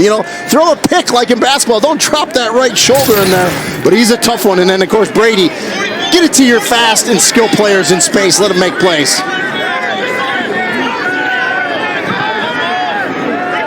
Explosive play here in this third quarter. And handoff is to Jones. Let's take another look at that lead block by quarterback Diego Pavia. At least try to throw your left shoulder if you're going to do it. You just, you got to be careful. I mean, you're hitting a big defensive player there in DJ Taylor, 240-pound linebacker. I love his toughness. We talked about it in the first half, Diego Pavia. He's taken big hits. He's popped right up. He's run the ball. He's distributed it well to his wide receiver. He's a good young quarterback. All right, now if you're on offense and you see your quarterback throw a block like that, does that fire you up? Oh, absolutely, yeah. He showed up to play. There's no doubt. He's a tough kid, and you love that. Marsh, the fullback, in there. Lead blocker for Jones. Pavia keeps it, and he's going to tuck it and run. Pavia, there is no sliding in his game. I was thinking the same thing. Yeah, you better come up and tackle him because he's not going. Now he'll learn that as he gets more reps, more experience. Because at the end of the day, we're seeing it on the other sideline, right? The most important thing is to stay in the game as a starting quarterback. You got to play. I mean, he's tough as nails, no doubt about it. But you also got to be smart up here. You got to be sensible, smart upstairs. Know when to get down. Know when to not take those hits. Pavia on the ground today, 5 rushes, 39 yards. After a pickup of 8, brings up 3rd and 2. Pavia keeps it, avoids the rush somehow, running for his life, will just throw it away. Yeah, excellent penetration by the Bowling Green defense there to blow that play up. Pavia smart enough to know once he got out of the pocket, just throw the ball to the line of scrimmage. Don't take that sack. You just see penetration right away. Excellent job there by J.B. Brown, the Will linebacker, number 12. Very athletic. Maybe their best linebacker. Very powerful. Gets in there. Doesn't make the tackle, but he makes the play. So Ethan Albertson will come on for a 35-yard field goal attempt. He has 6 of 9 on field goals so far this year. Albertson, that one is pure. Strong opening drive to start this third quarter for New Mexico State. They add to their lead up 17-0 over Bowling Green. Look at his jersey. It's ripped. He's a tough guy, and he's your quarterback. Diego Pavia, lead blocker out in front. That was the big play on the drive for the Aggies.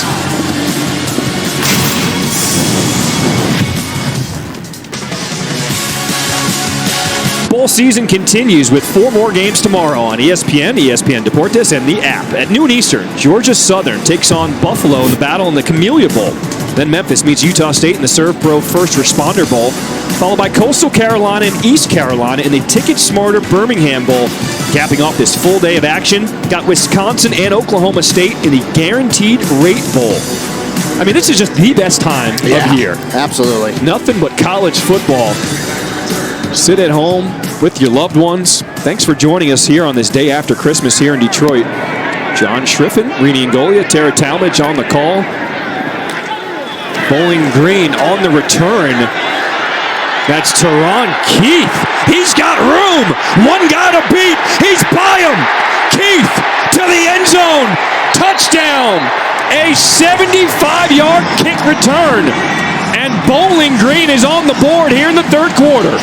You know, partner, you just asked me when we were at break, who needs to step up for Bowling Green? Well, Teron Keith just did. Coaches raved about him, that he's just a football player. Said he's not a burner. He does a lot of things really well. And, oh, by the way, you want to short kick it. He's not going to fair catch it. He makes the catch. Great blocking by that kick return team as Teron Keith gets it up there and then gets it to the outside. And, oh, by the way, he says, I think my speed is good enough to take it to the house. Big-time play from Teron Keith and special teams of Bowling Green. Mason Lawler will come on to attempt the extra point for the Falcons.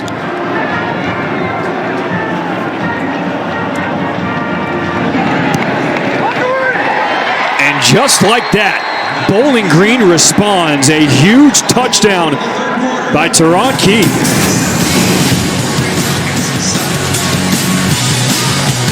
Keith putting on the burners, puts his team on the back.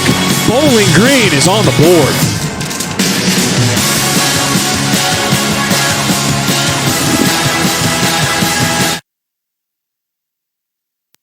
Wednesday, we've got 3 more bowl games on ESPN, ESPN Deportes, and the app at 2 Eastern. UCF squares off against Duke in the Military Bowl, presented by Peraton.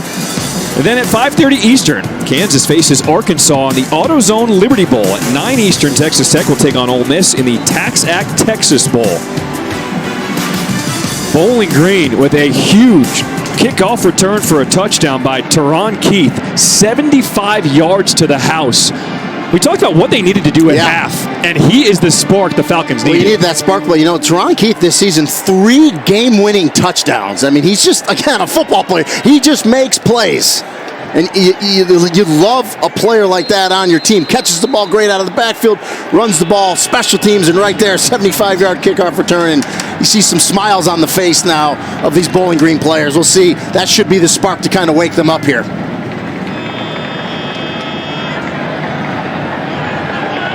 So Lawler will boot things away. Fielded at the 5. Brady trying to get something on the return. Won't make it back to the 20. Let's take a look at the season recap for Bowling Green. Finished the season at 6-6 to make this bowl appearance, but it was a shaky start. They played some really tough teams to start the season. Lost 3 of their first 4 games to start this season. But then they went on a little run. They had some tight games in the middle of it. They won their next 4 games, 4 of 5 by 3 points or less. And then this was the big one on their schedule. If you beat Toledo, you have a successful season at Bowling Green. And that was the MAC champion as well that they beat in Toledo. All right, let's send it down to Tara for more on Teron Keith. What a moment that was for Teron Keith. This has definitely been an emotional season for him. His brother passed away before the Toledo game. He had a last-second touchdown in that one to help Bowling Green win that, and now he's stepping up again today. He was telling me that he is playing this season for his brother alongside his other brothers. Teron Keith, you can tell he is just an outstanding young man playing for a great coach in Scott Loeffler. And Scott Loeffler, when he took over this program, he said he wanted guys to really rebuild this program. Quality guys, quality young men.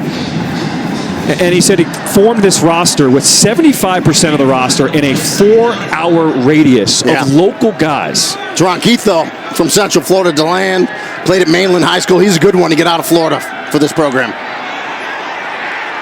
Oh, they almost had a big play was Cordell David. Got past the defender, but couldn't haul it in. And if Cordell David catches that ball, see you later. I mean, he's gone. He's going to score a touchdown here. Just kind of awkwardly, hit his hands weird. He didn't know if he wanted to high point it, try to basket, catch it, and it goes incomplete. Ton of contact with the ball in the air. And Deshaun Jones, I mean, if they're going to let you play the corner, if they're going to let you be physical, I mean, and Deshaun Jones is 5'11", you got Cordell David 6'3", 6'4", so those smaller DBs love to get in there and be physical at the line of scrimmage. Ford Field getting loud with Falcons fans. And on 3rd and 5, New Mexico State will call a timeout. New Mexico State, they're first of the half. And you can feel the buzz, right? You can feel the difference. Listen, great crowd today. For as cold as the temperature's been here in Michigan and all over the country, Bowling Green fans showed out to this game. And so now, after that touchdown kick return by Keith, you just see the momentum now. A little bit of a shift. So a big play here, 3rd and 5 for the defense to try to get the ball back to their offense. There is definitely a sea of orange, but let's not forget, New Mexico State fans, they made a far trip. They have definitely showed up here. Just their second bowl appearance in 61 seasons.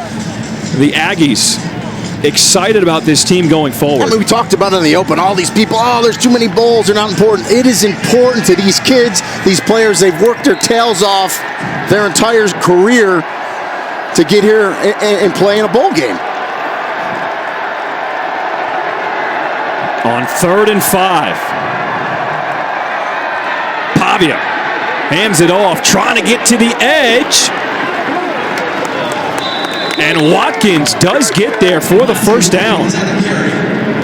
And the patience of Monty Watkins there, I love it. They go speed sweep with him, right? And he's just kind of floating on the outside. Again, he's a 10-400 meter guy, blazing speed. See how he set it up a little dip-de-doo inside and then just turned the corner. Knew he had enough speed. Once he turned that corner, he was going to pick up the first down. As a former running back, what does it take to have that patience to wait for the play to unfold? Yeah, I mean, really, it's one of those things you just have it, right? You just know not to rush it. He could have turned it up there and rushed it. Instead, he set it up nicely and knew he had the speed to turn the corner. This is Thomas, makes a cut, gets up the middle. And New Mexico State trying to get the momentum back. A gain of 8 for Star Thomas. And so that makes your offense dangerous, right? You have a quarterback like Diego Pavia that can kind of do it all. You got your big downhill runners in Star Thomas, Jamani Jones, and then you have the speed of Watkins, right? That we saw in that speed sweep. They fake the run. Pavia throws. Nice catch on the sideline made by Chris Bellamy. Showing off those strong hands. Gain of 8. And the nice thing I like about Bellamy right there, we do have a penalty flag. Downfield. Offense, number 51. 5-yard penalty, 2nd down. Well, and the catch is for naught. But you like how Bellamy came back. A.J. Vaipulu, the left guard, called for the penalty. And one of the young offensive linemen, again, they're pretty young up front. They're going to gain valuable experience or have gained valuable experience this year. And this program is really in good shape transitioning to Conference USA next year. The penalty backs him up 2nd and 7. Thomas, the man in motion. Pavia, quarterback keeper. Whoa, what a collision at the line of scrimmage. A loss of 1 for Pavia. That defensive front for Bowling Green was ready. Yeah, it closed in a hurry. Ali Saad, 99, is there. Dare Kelly also in there. And you can see the defense now of Bowling Green playing a little bit more of a pep in their step as well. First tackle for loss for the Falcons since the first quarter.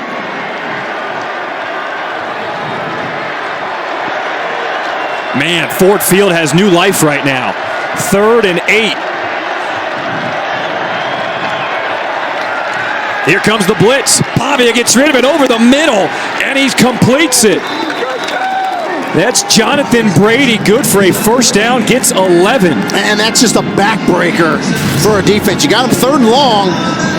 You got the slant from Brady. He was the middle receiver, so you got to clear inside, then you slant underneath him. And then the key to that play, though, is Diego Pavia putting it to him on time when he slants inside, makes the catch, turns it up, and he has got the first down. You know, it's one thing when the coaches tell us before the game that we're going to have a special freshman, he's going to be good. We're like, okay, we'll wait and see. No, Brady, he is a legit star freshman. 1st and 10. They go to David. David is dragged out of bounds from behind by Trent Sims.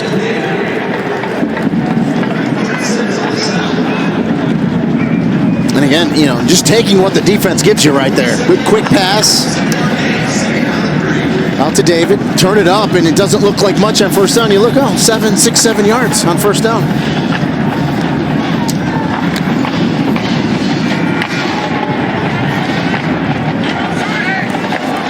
Under 7 minutes to play here in this third quarter. On 2nd and 3. They go back to the ground, spinning. Star Thomas trying to push. He only picked up 1. It'll bring up 3rd and short. Yeah, good push there by the defensive line of Bowling Green. Again, got New Mexico State to 3rd down, 3rd short this time. And I got to believe for New Mexico State and offensive coordinator Tim Beck, Jerry Kill might tell him, hey, we're going to be aggressive. We have 2 downs here to pick this thing up. If we don't get it here, we'll see what the play call is here on 3rd and 2. On this drive, New Mexico State is a perfect 2 for 2 on 3rd downs.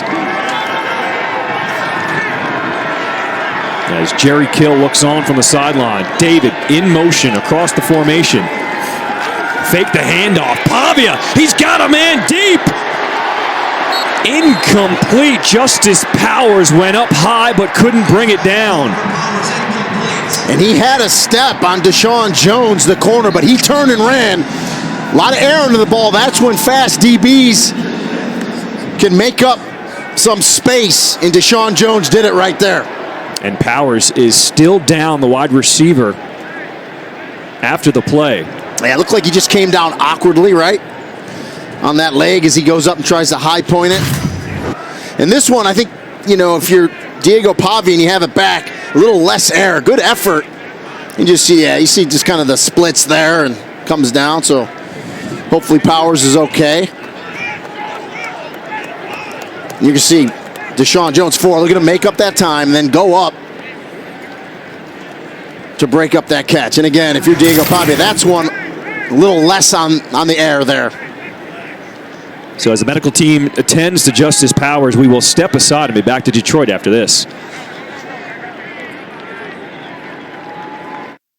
Across the country, businesses have had to adjust how they operate and make difficult decisions to protect their employees, customers, and communities. While we don't yet fully know where this road will lead, we do know you don't have to walk it alone. When you're ready, Cox Media's team of experts will be here to offer thoughtful perspective on messaging and media planning as your customers are evolving how they watch, read, and connect. We're here to help you navigate this together. Cox Media. Better together. Left, Jerry Kill on the right. Both coaches doing a fantastic job turning around programs that have not been to a bowl game in a while. Justice Powers on that last play, he was helped off the field. We saw him land awkwardly, and he immediately grabbed at that right knee. Yeah, he just said came down, you saw those legs split, and so hopefully Justice Powers okay. And they will punt. I thought they might go for it, but the fact that Bowling Green offensively has no points to show for, there's 7 coming off a kickoff return. I like this call by Jerry Kill. Try to play the field position game. So Eberle will punt this one away. It will take a Aggies roll inside the 10. They're going to let this thing roll, and it's going to be down at the 5-yard line. So George Eberle, a 41-yard punt, flips the field. They were in no man's land deciding would they go for it or not. And you saw the smile on his face. I think he said, yeah, just like the doctor ordered, just like I drew it up. Going to kick it short and get a nice roll down to the 5. You see Jerry Kill, man. He is so fired up to be back as a head coach again. Had to step away from the game due to health issues when he was the head coach at Minnesota. But he says he is good to go. He is so happy to be at New Mexico State in Las Cruces.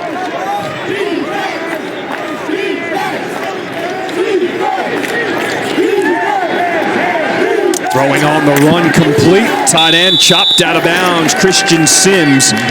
Good catch by the big tight end.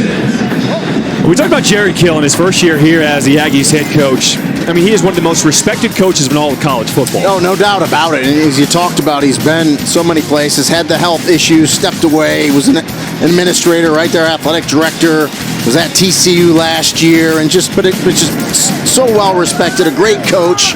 And again, they call him Mr. Fix-It. He loves the challenge of going to programs that are down and turning them around. Keith cannot get away. That's Trevor Brohard, a loss of 7 in the backfield. You know, when we were talking to defensive coordinator Nate Dreiling, he said Trevor Brohard, he's the heart and soul of our defense. And oh, by the way, Nate Dreiling, 32-year-old defensive coordinator, young guy. Love talking to him this week. But you see Brohard there, number 80, kind of that unconventional number for a middle linebacker, as he shoots through there and makes the tackle. He said, you're not going to miss him. He's got the heavy metal hair hanging out and just got the Alice Cooper eye black there. Brohard came up with that huge interception in the first quarter that led to the first touchdown for New Mexico State. 3rd and 11, play clock winding down. Falcons, Orth out of his own end zone, off the hands of his receiver, incomplete. Good coverage by Cyrus Dumas. Yeah, and he tried to get it to Hilaire there. And there's a guy that's made a ton of big plays for Bowling Green this year and just been really quiet in this game tonight. A little high. Just couldn't come down with it, but exactly what you want to do defensively. You got them pinned back, keep them down there. The big TFL by Brohard, and now you're going to get really good field position here for your offense. That is the first 3 and out by either team so far today.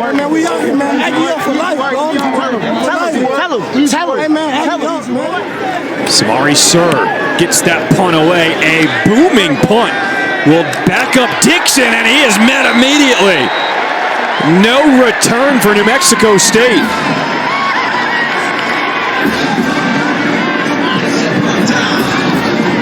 Bashawn Wimberly. Nice job with the tackle on special teams. Well, and a great punt, but as good as the punt was, you're still going to get good field position, but picture perfect form tackle, exactly what you want to do. Timed it up perfectly, saw what he hit. You know, how many times there we see someone dip the head and, you know, get called for a targeting.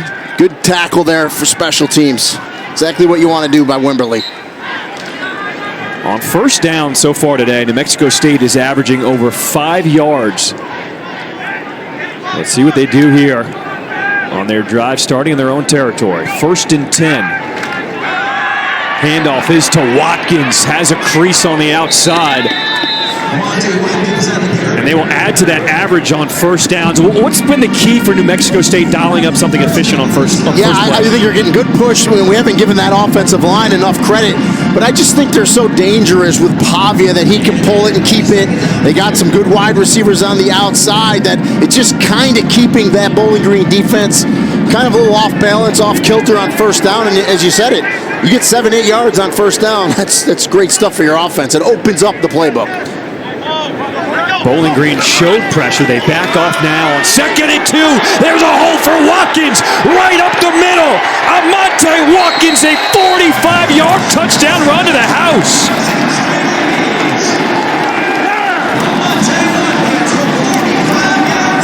You just kind of felt it, right? The last couple times Amonte Watkins has touched the ball, that he was close to taking one to the house. We've talked about it. I've said it a couple times. He's a 10-4, 100-meter guy. You get him in space in open field, you're not catching him. Again, he was at TCU last year, transferred over to New Mexico State when Coach Kill came over and took this program over. And what an addition for the Aggies. Penalty flag as Albertson bangs the extra point through. Offside. Defense number 10.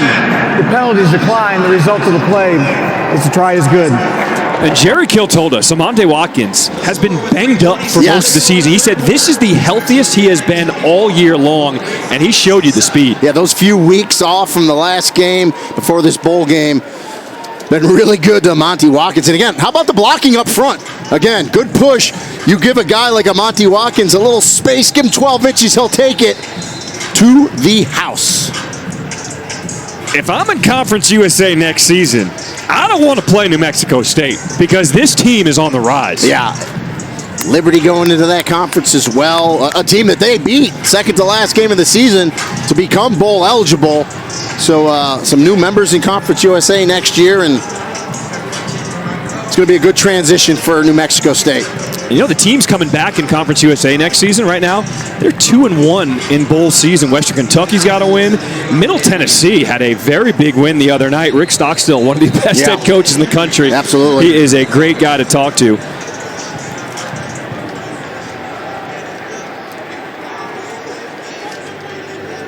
Albertson getting ready to kick this one away for New Mexico State. A 24-7 lead here in this third quarter. A low line drive will go out of bounds. Yeah, and that's a product of the Teron Keith Kick out of bounds. return. Kicking team number 84. By rule, the ball will be placed to the 35-yard line. First down and 10. It is time now for our Chipotle clutch delivery.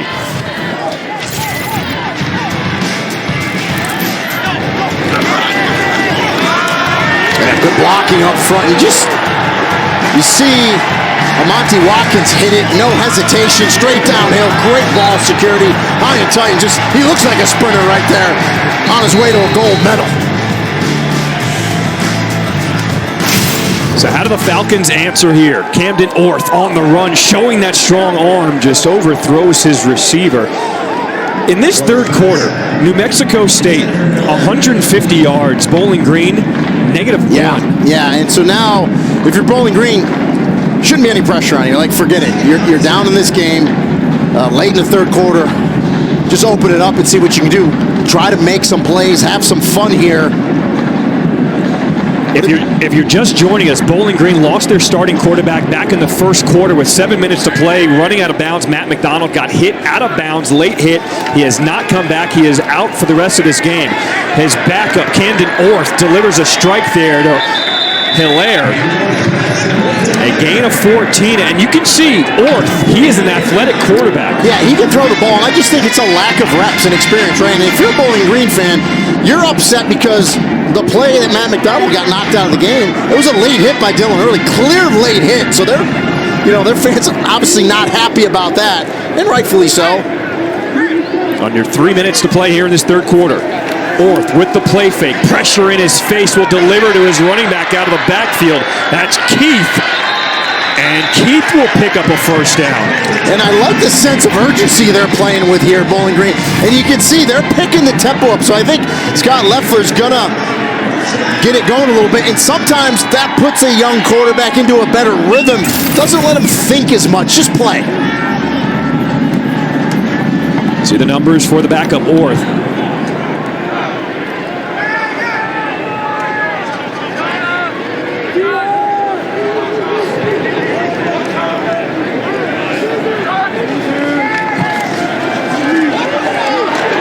Penalty flag as Andrew Bench hurdles a defender, but it looks like this one might be coming back.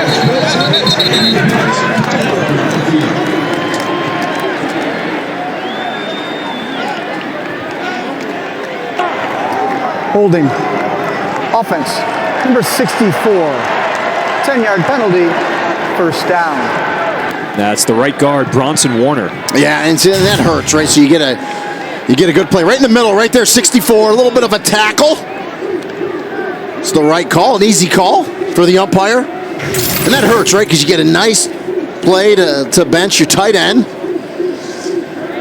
Instead of a first down, now you're backed up and 1st and 20.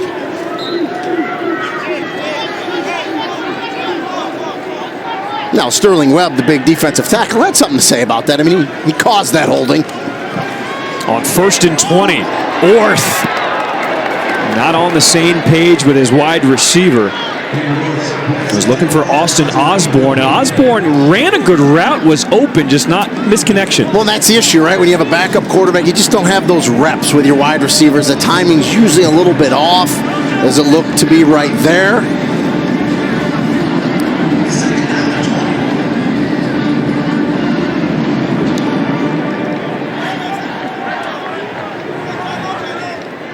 adjust and adapt. That's what Scott Loeffler said you got to do when you call plays to your quarterback. And Orth trying to set up a screen pass. This is to Sims. Sims still on his feet, and he rumbles for a first down. That's how you get your young quarterback into it. Yeah, good middle screen to the tight end, Christian Sims. I mean, that's a 6'4", 240-pounder there. Tight end running like a wide receiver. Good high percentage call. 2nd and 20, a little fake and a little inside. Good catch by Sims and good wheels by the tight end to pick up that first down.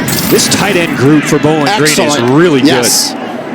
I mean, in Fannin, we talked about Fannin, the young tight end. He leads the team in rushing touchdowns with 4. Unfortunately, his knee is banged up. That's kind of limited him, but a great tight end group here for the Falcons. 1st and 10. Pump fake. Looking. Dropped at the 3. Hilaire had it, and the contact knocked it out. That was Bryce Jackson, the safety, delivering the blow. Yeah, Hilaire knew that Jackson was going to come over. It was the right read by Camden Orth. It just, as I'm looking at it from the booth here, if he could have just thrown it a beat earlier, but an excellent job by the safety separating Hilaire from the football.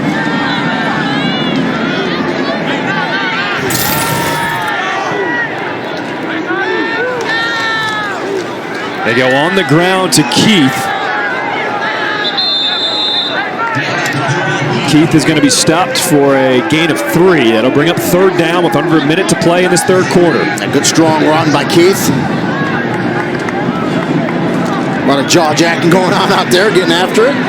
2 teams that haven't been in a bowl game in a while. Oh, and now we have a penalty flag coming in. Here's another one.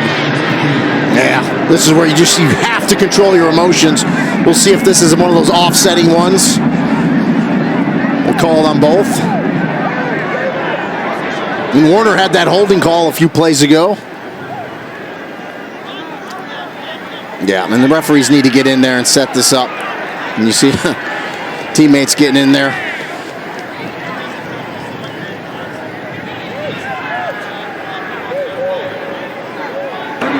After the play was over, unsportsmanlike conduct. Offense number 64. That is his 2nd unsportsmanlike conduct of the ball game. He is disqualified, ejected from the ball game. 15-yard penalty, 3rd down. So a huge loss as Bronson Warner, the right guard, has been ejected. And seeing he's whatever he's saying when he grabbed, you just cannot. Yeah, you can't do that. I mean, that's the umpire. Yeah, you just Roscoe can't do Meisenheimer, who got caught up in that, went to the ground. You have to control your emotions. Bronson Warner knows better than that. You just cannot do that.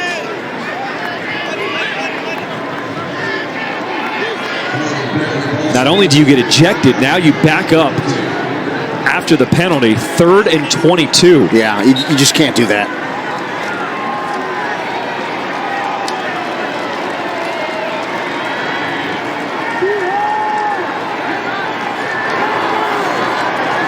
New Mexico State will rush 3, still putting pressure on Orth, scrambling, and they still find a way to get to him with a 3-man rush. Man, this New Mexico State defense just very active, especially on the back end. Little twist up front. And I tell you what, Sterling Webb, again, don't be confused with that 26 to 270-pound freshman playing defensive tackle. And if you were wondering as well, Bronson Warner got a personal foul or an unsportsmanlike conduct when Matt McDonald got hurt. So that was his first. We just saw his 2nd, and he's out of this game. That's the end of the 3rd quarter here in Detroit. New Mexico State with a 24-7 lead. Someone's going to get their 7th win of the season. 5 Pacific on ESPN, ESPN Deportes, and the app. Our Monday Night Football matchup features Justin Herbert, Austin Eckler, and the Chargers taking on Jeff Saturday's Colts. Coverage begins at 6 Eastern with Monday Night Countdown.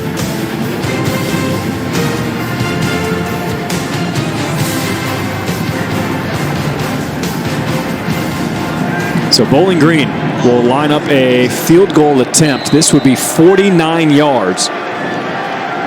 Mason Lawler 0 for 2. He's missed from 49 and 41. Kick is up, bending back, and he got it. Way to bounce back, Mason Lawler. Yeah, nice little draw on that kick. Looked like it was going to go right and hooked back in. Looked like one of your 5 irons, John Schriffen, right there. I wish. Nice little draw. You're going to see, it looks like it's going to go right up that right there, and then a little draw action. Nice back in through the pipes for 3. Nice kick there by the young man. And that was big because now it brings it back to a 2-score game, yes. 24-10, New Mexico State on top. Well, both these programs, New Mexico State and Bowling Green, are in rebuilds, and they're using women at key positions in order to get it done. There are only 8 women who are director of football operations in the country. We've got 2 in this game. Rachel Phillips and Damaris Linker for New Mexico State and Bowling Green. You got Paulina Mihalik. She's the Assistant Director of Equipment Operations. She leads the way in the equipment room. Sam Graff leads the way for the athletic trainers. So 3 women in key positions for New Mexico State. Bowling Green, you have Damaris Linker and Danny Coppes leading the sports medicine department. Ball is out for Bowling Green. Do they get on top of it? Let's see. A lot of fighting going on underneath that pile right now, I can tell you that.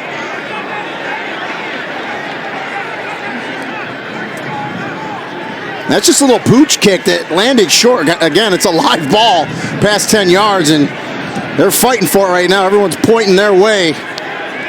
This would be huge for Bowling Green if they can come up with this ball. It was Mason Lawler with the pooch kick for the Falcons, and it's New Mexico State coming away with it.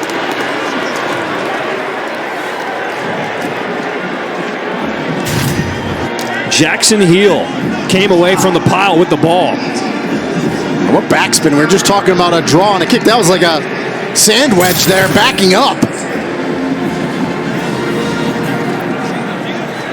Let's send it down to Tara, who has more on the women in key positions at both New Mexico State and Bowling Green.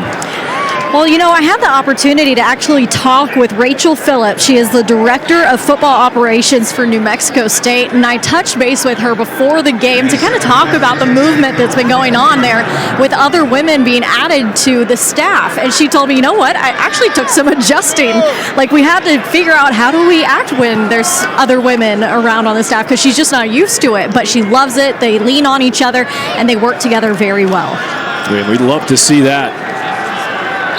Jerry Kill said in order to take over a program, in order to change it, you've got to completely change the culture. And he's using women in key roles in order to get that done. Listen, as a father of 2 daughters that have grown up in a football culture in my house, I could see them working at for a football program.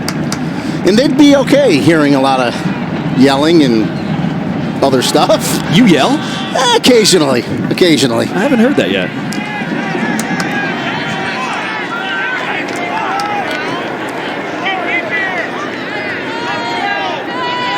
Second and 10 here in the 4th quarter for the Aggies. Making a jump cut is Jones.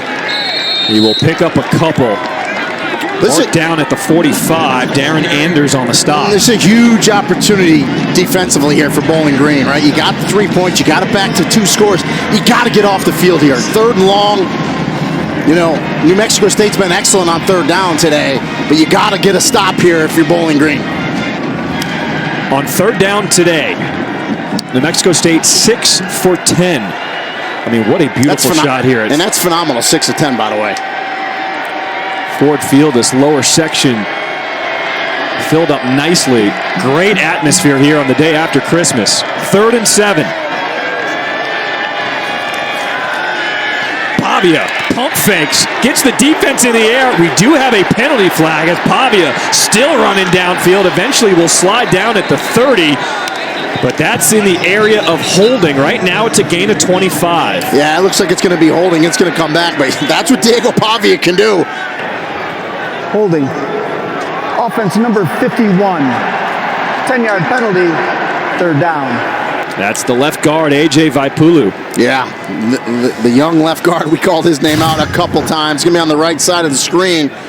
Right there, you see he's engaged and doesn't let the defender go was Darren Anders, 23, the linebacker he had a grip of. But boy, you got to be careful because, Diego Pavia is so dangerous, spontaneously getting out of the pocket. But the right call, it was a hold, so a chance now for the Bowling Green defense to get another stop here and get the ball back. I mean, this officiating crew has been outstanding all day long.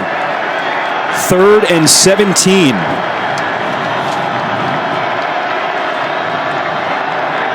Play clock down to 1, and he didn't get it off.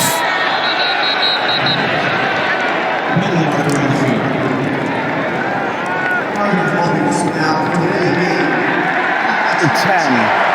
5-yard penalty. Still and I know you talked about Jeff Stravinsky, the referee there from the Big Ten, jumping in here because Michael Mothershed couldn't make it. This is a Pac-12 crew with a Big Ten referee. So before the game, I said, your biggest job is going to keep these Pac-12 guys in line, and they all kind of laughed. But you're right, this crew's done a really nice job.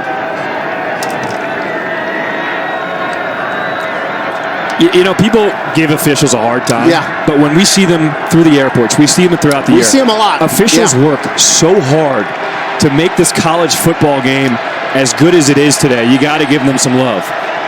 3rd and 22. Sidearm. And Childress is dropped immediately. A loss of 3 by Jordan Anderson.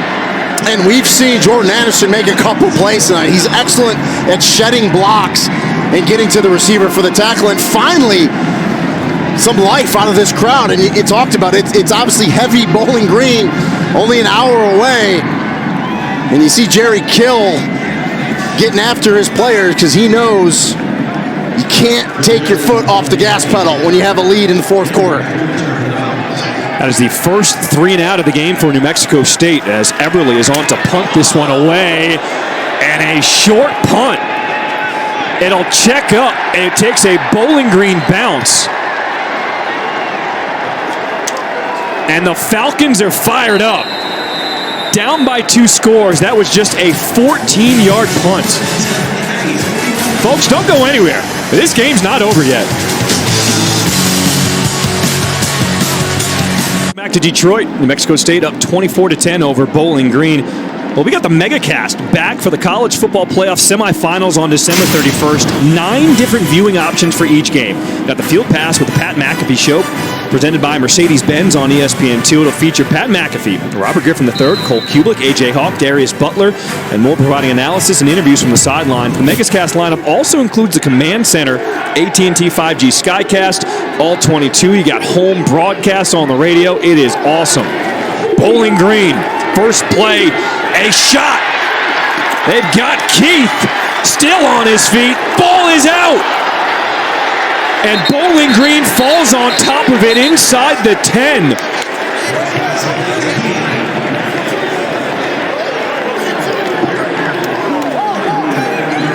Boy, Fatukasi, what a job by the offensive lineman to get on this ball. I thought Keith might have been down, and that ball was probably up. But watch Fatukasi, 53, come flying in here.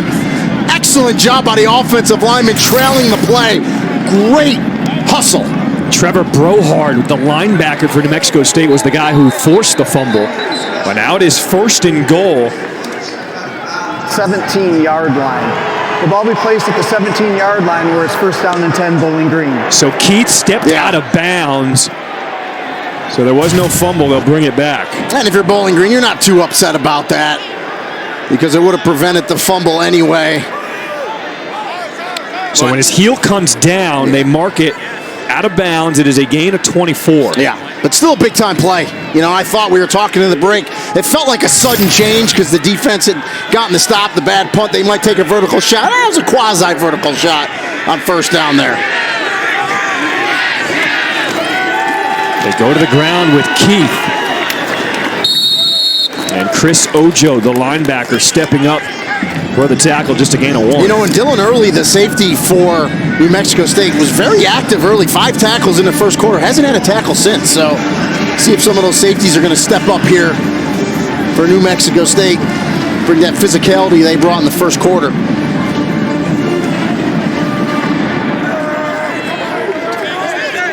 Four wide for the Falcons. 2nd and 9. Orth with protection. Will throw underneath to Hilaire, and Hilaire. Ball is out again.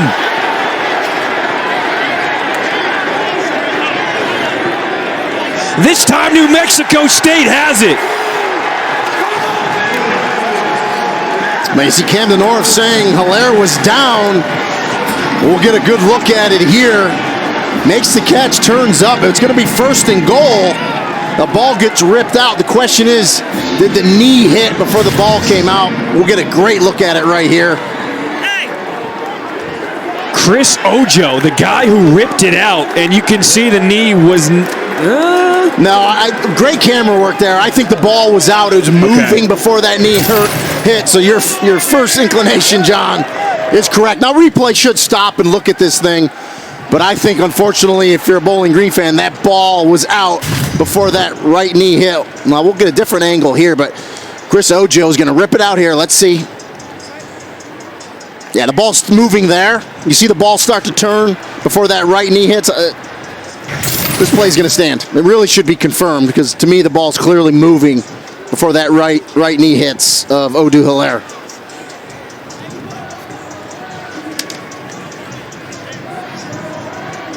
And I mean, Chris Ojo for New Mexico State has been everything this year. And this is another real good look. So watch. See, the ball's moving there. He's clearly not down. So this should be confirmed.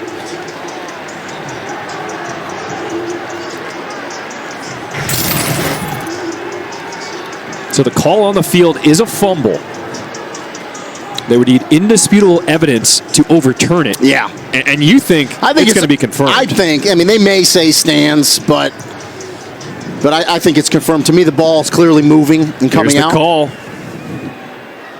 After further review, the ruling in the field stands is called. First down and 10, New Mexico State. The ball be placed at the 3-yard line. Be confident with it. You go with confirmed, but no, they go with stand, and that's the right call. The ball's moving. It's unfortunate. There's a good throw by Camden North to Hilaire. He just turns up trying to make a play, and listen, Chris Ojo, the linebacker, made the play there.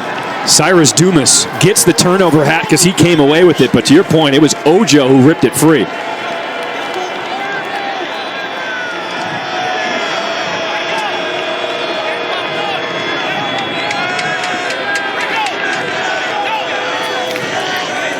They give it to Thomas, who makes a cut. Will rumble a couple yards down at the 5. That play is huge because you could feel momentum swinging in this game. I mean, obviously, they score a touchdown there. It's a one-score game. You got all the momentum. Now, listen, they're still backed up. There's a lot of time left in this game. Defense stopped them before. You got to do it again. You got to get downhill. You know, look for big number 11, Carl Brooks, who's going to be an NFL player, no doubt about it. Look for him to step up, make a play. Big guy. Brooks has 10 sacks. That is 8th in the nation. Pavia, he's going to take a shot. A lot of contact downfield, no call. We're looking for Chris Bellamy. And I believe there's a flag somewhere out there, and there is, right in the middle. But great coverage by Jordan Oladokin there on the outside.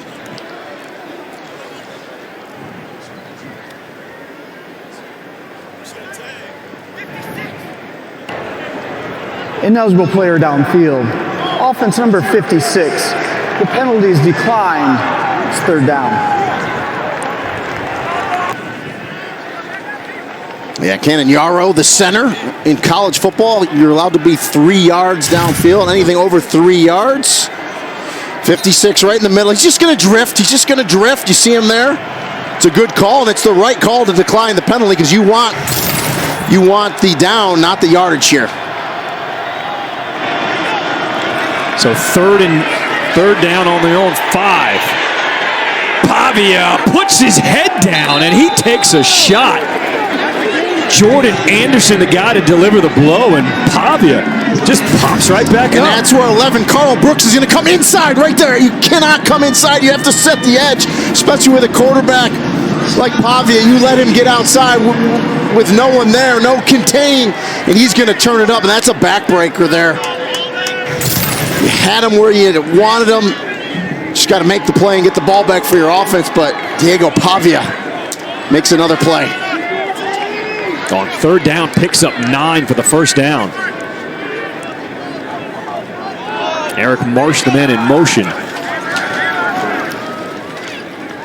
Handoff is to Thomas, and he'll get 2. Man, every time Pavia lowers his head, I got to hold my breath. But this kid is just tough.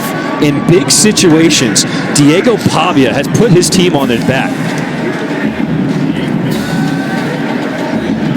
Sure has. And just look at his numbers. I mean, you look at the numbers, and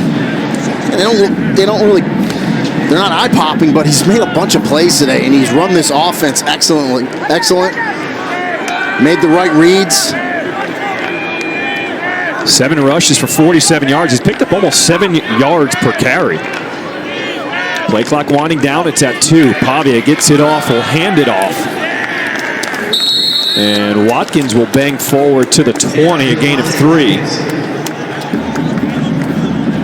And we've talked about Pavia's toughness. Take a look at some of the shots he's taken all day. Well, this one was the biggest one. Watch this one. Ouch. And that was not called targeting, by the way. But there was a 15-yard penalty. He's bounced up every single time. And then I heard that block from here as he throws his right shoulder, and they're probably ill-advised. And here's the last play. Lowers his shoulder to get the first down. Again, all-state wrestler, so he's a tough kid. No doubt about it. Pavia keeps it. And this time he won't get away from the rush. Brock Horn, the linebacker, brings him down. And Charles Rosser was there as well.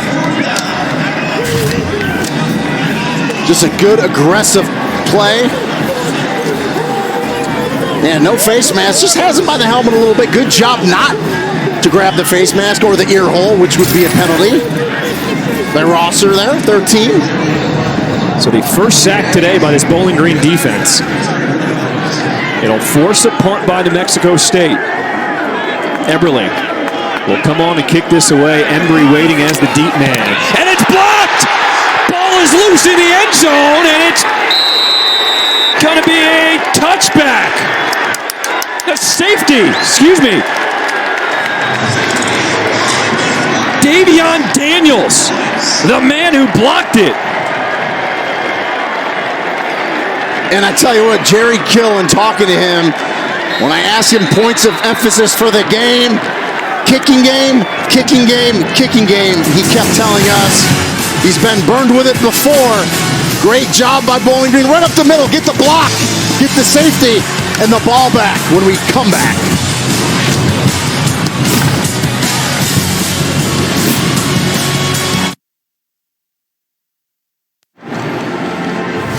The Quick Lane Bowl is brought to you by Quick Lane Tire and Auto Center, your go-to for oil changes, tires, brakes, the whole 9 yards.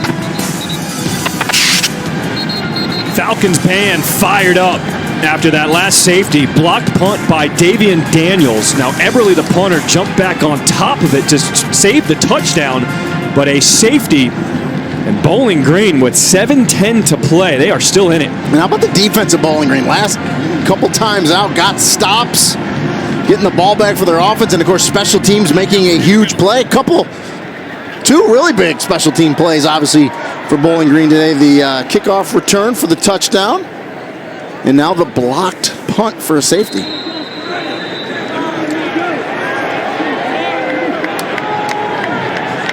So Albertson will kick this off for New Mexico State.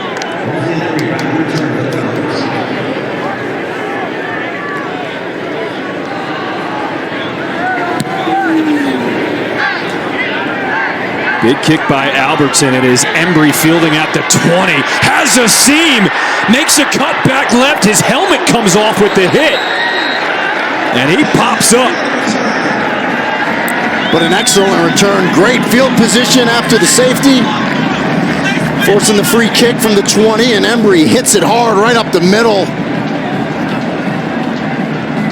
See if the offense can take advantage of it now.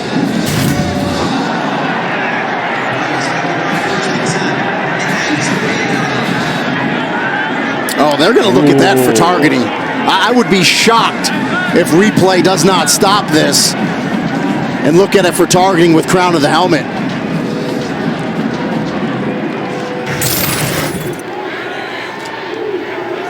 So they don't stop it. They didn't see it.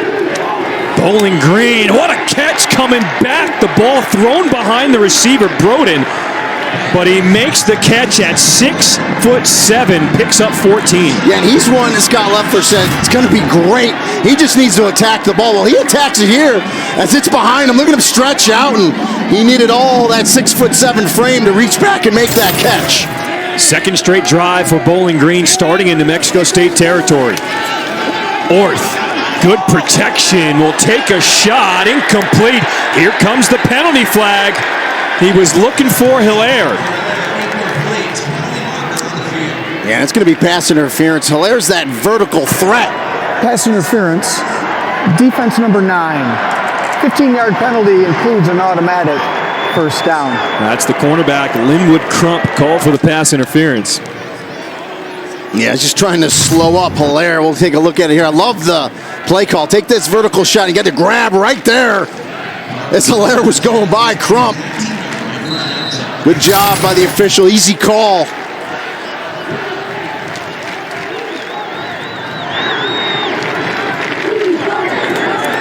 Orth looks over to the sideline, gets the play on 1st and 10 for the Falcons.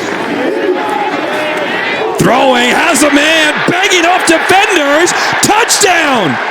Tyrone Broden, a 19-yard touchdown reception. What a job by the backup, Camden Orth. Yeah, good throw by Orth, puts it on Broden. And again, the 6'7" receiver makes the catch. Good fight at the goal line as he stretches the ball across the plane, and we got ourselves a ball game here, partner. You gotta love the fight out of the Falcons. They regrouped at halftime knowing their starting quarterback would not come back. Matt McDonald out for the game. And the extra point is up and good. Let's take another look at that catch. Broden banging off of defenders, stretching out 6'7". Orth is pumped up.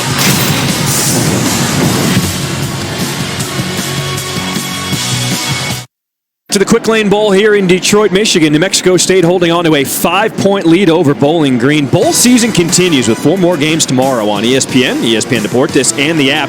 At noon Eastern, Georgia Southern and Buffalo battle in the Camellia Bowl. Then Memphis meets Utah State in the ServPro First Responder Bowl, followed by Coastal Carolina and East Carolina in the Ticket Smarter Birmingham Bowl. Capping this full day of action is Wisconsin and Oklahoma State in the Guaranteed Rate Bowl. John Schriffen, Rini Ngolia, Tara Talmadge on the call for this fantastic game on this day after Christmas. Hope everybody got what they wanted from Santa. We're getting everything we want out of this game. This has been fantastic. A fair catch called for, and New Mexico State will come back out. But Rini, you look at this comeback for Bowling Green, it was sparked in the second half by special teams. Yeah, and Teron Keith with the kickoff return. You know, the first half problems, all right. We had the missed field goals, not enough oomph on that kick right there. But second half, Teron Keith was the spark, takes it back to the house, kickoff return. Gave Bowling Green something to celebrate. And then the block punt right up the middle. Excellent job by Davian Daniels. Get the safety out of it. Gets you good field position, and you take that back in and get a touchdown. And it's a 5-point game with 6:27 left in the fourth as we take a look at Davian Daniels, 26, had that block punt. Jones and Watkins in the backfield with Pavia. That's Brady, the man in motion. Pavia keeps it, will sling it to his running back in Jones. And he's dragged down for a gain of 1. Yeah, Darren Anders, you know, we haven't called his name out a ton tonight. He's been very active this year for Bowling Green, a steady linebacker for the Falcons. Nice play there. Read it, recognize, and react and make the play. And I tell you what, in this fourth quarter, just this defense of Bowling Green just seems like they've turned it up a notch.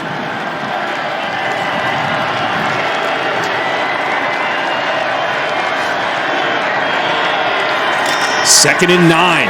Pavia keeps it. It is blocked, batted down at the line of scrimmage. He had Brooks in his face.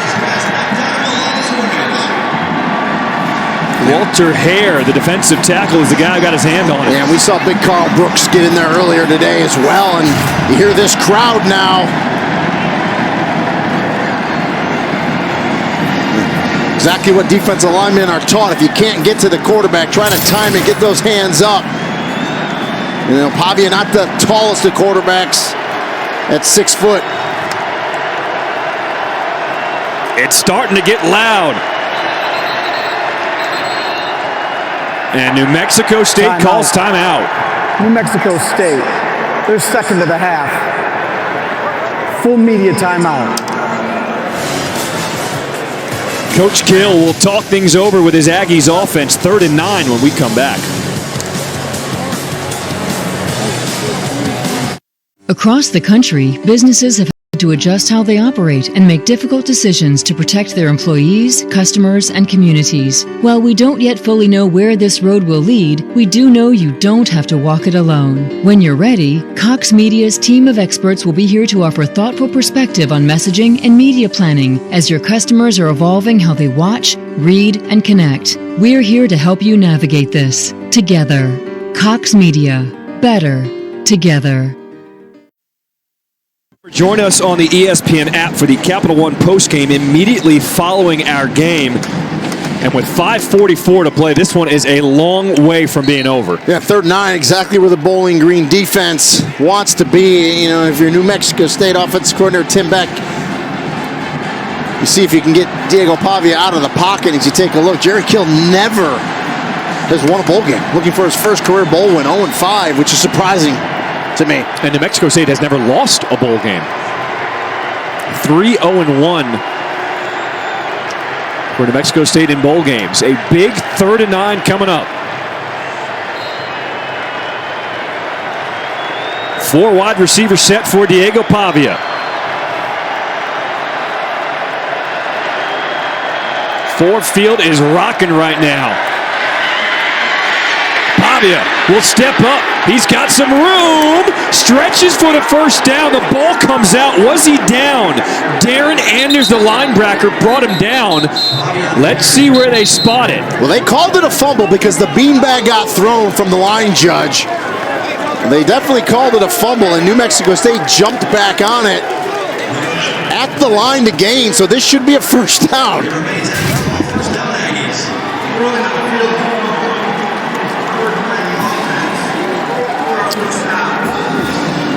Yeah, and so he reaches it out, but the ball hit the ground.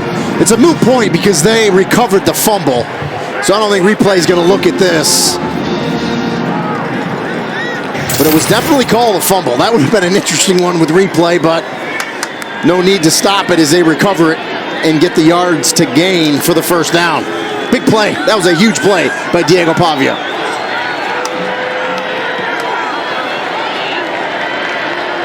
He's got 3 wide receivers to the top of your screen.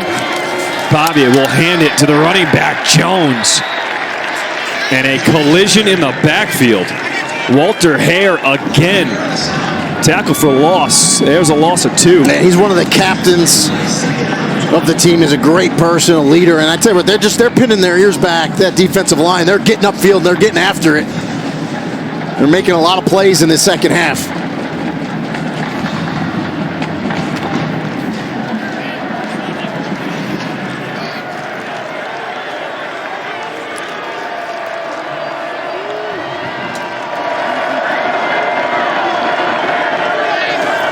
On 2nd and 12, they will give it to Star Thomas. He sheds 1 defender. Eventually be brought down at the 39, picks up 7. Bryce Brand, the linebacker, with the tackle. And this is where Diego Pavia is dangerous, right? Because we saw the last first down, and it's those broken plays that he just makes with his feet. But a chance once again for this Bowling Green defense.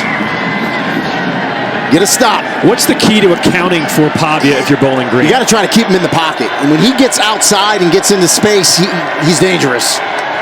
Let's try to collapse it on him.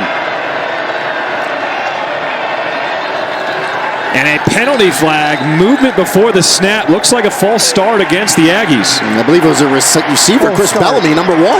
Offense number 1. 5-yard penalty, 3rd down.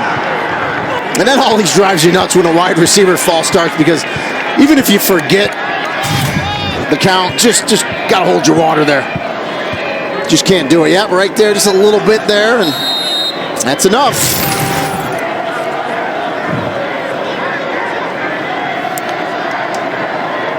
And the other thing it does, it stopped the clock as well.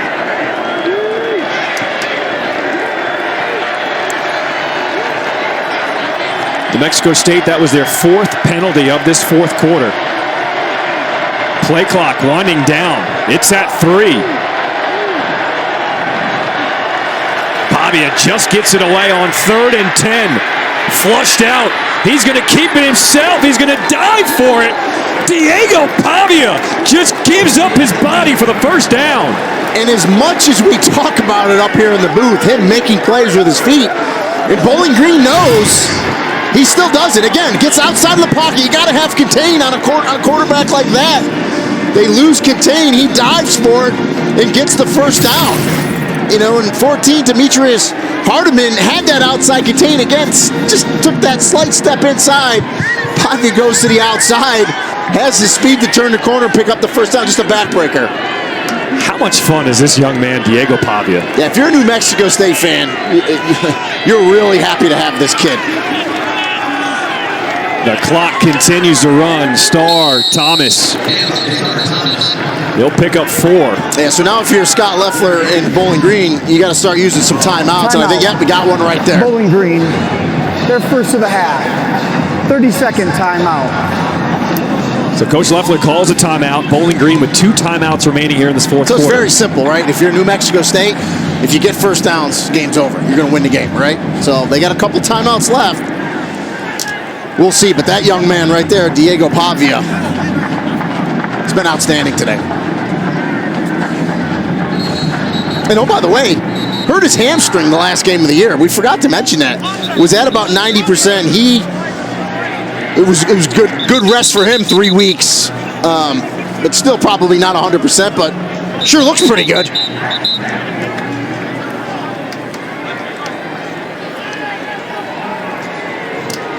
Well, there's the starting quarterback for Bowling Green, Matt McDonald. He is now in regular clothes. He was ruled out at halftime. He's got the headset on. He's now a coach. All he can do is watch and hope his defense comes up with a stop here.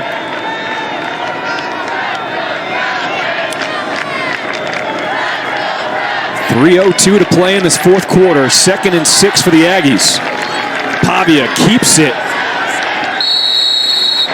That was Chris Bacon with the shoestring tackle, and Bowling Green calls another timeout. Yeah, and exactly what they needed to do. Get the tackle, get another quick timeout. Plenty of time left here. Just got to get a stop here. For those of us who are just joining us, let's take you back to the 1st quarter. 2nd drive of the game for Bowling Green. Starting quarterback, Matt McDonald, was already out of bounds. It was a late hit taken out, and that knocked him out of this game. That was Dylan Early who applied the hit. Yeah, and we didn't get an official word on his injury, but you saw him land that kind of whiplash motion to the head and neck area, and so you got to protect the kid, because that, he's as tough as nails, that kid. I mean, if his helmet's anywhere, he's getting in the game, and he's done it before. So, I like the fact that take precautions, because you got to protect the young man. Diego Pavia, he's another guy who's taken a ton of hits today, but he is still standing tall for the Aggies. On 3rd and 5, he is a threat with his legs. David, the man in motion across the formation. Pavia finds David, comes back to the ball thrown behind him, and there's another first down for New Mexico State. Outstanding catch by Cordell David, as you said, John. The throw's behind him by Pavia, but David, what concentration. Watch him. He's running an inside slant. The ball goes behind him. Pavia thought David was going to sit in that zone. Boy, what a catch. And I almost believe Bowling Green probably thought New Mexico State was going to run it there force Bowling Green to take that last timeout. Instead, they throw it, and what a catch by Cordell David. What a catch. What a drive. 10th play of this drive for New Mexico State. Prior to the ball being snapped, timeout. Well, the play New clock. Mexico State, it's their third and final timeout of the half. 1 minute timeout. The play clock had gotten to 1 again, and so they were worried they were going to get a delay of game, so they burned the timeout. So Jerry Kill's not happy. Now, Diego Pavia is going to say, listen, Coach, I had it under control. I was just letting it run to 1 second. But, I don't know if we have a shot of Jerry Kill. But Jerry Kill just destroyed that headset. That's a man that wants his first bowl win right there. There's no doubt about it. That thing was chucked across the field.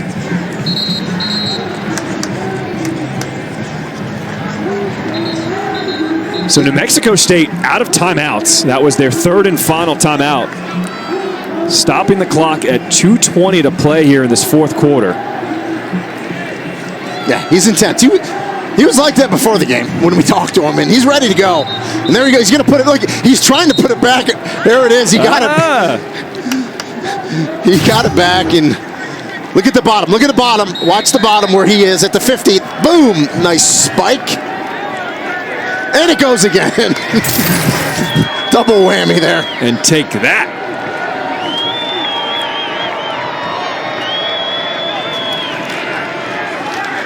They give it to Watkins. He'll be upended after a 2-yard pickup. And if you're Bowling Green, 1 timeout remaining, at what point do you use it? He's going to use it after the next down. So if you're New Mexico State, you let this thing run. You want to snap it. You know, they've gotten it down to 1 a couple times. That's obviously would be perfect, but really around 3 seconds is where you want to snap it, and then you get the stop, and then you call the timeout if you're Bowling Green.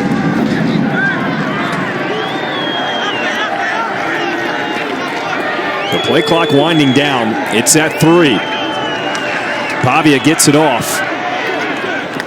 And gives it to Jones, and Jones will be brought down 2 yards short.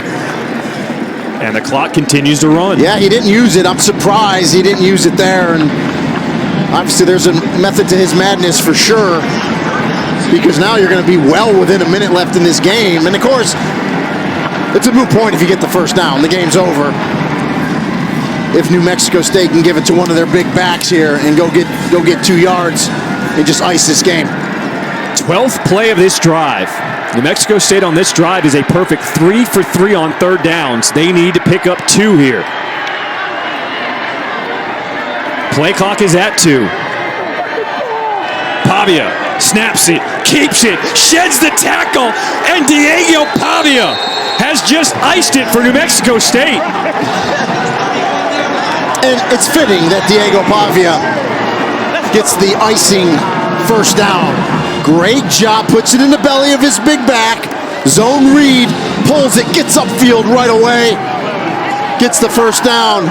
And that man right there, Jerry Kill, in his illustrious career, spanning nearly 30 years, will have his first bowl win as a head coach. The Aggies in victory formation. Diego Pavia comes running to his sideline, and that'll do it. New Mexico State with a 24-19 win in this Quick Lane Bowl. Head coach Jerry Kill, congratulations. Your first ever bowl game victory.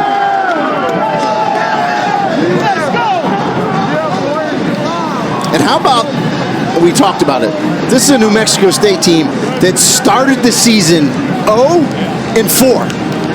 And you end up with 7 wins and a bowl win. Outstanding job by Jerry Kill and his staff. And this is just year 1. Yeah. Imagine what happens when they go to Conference USA next season.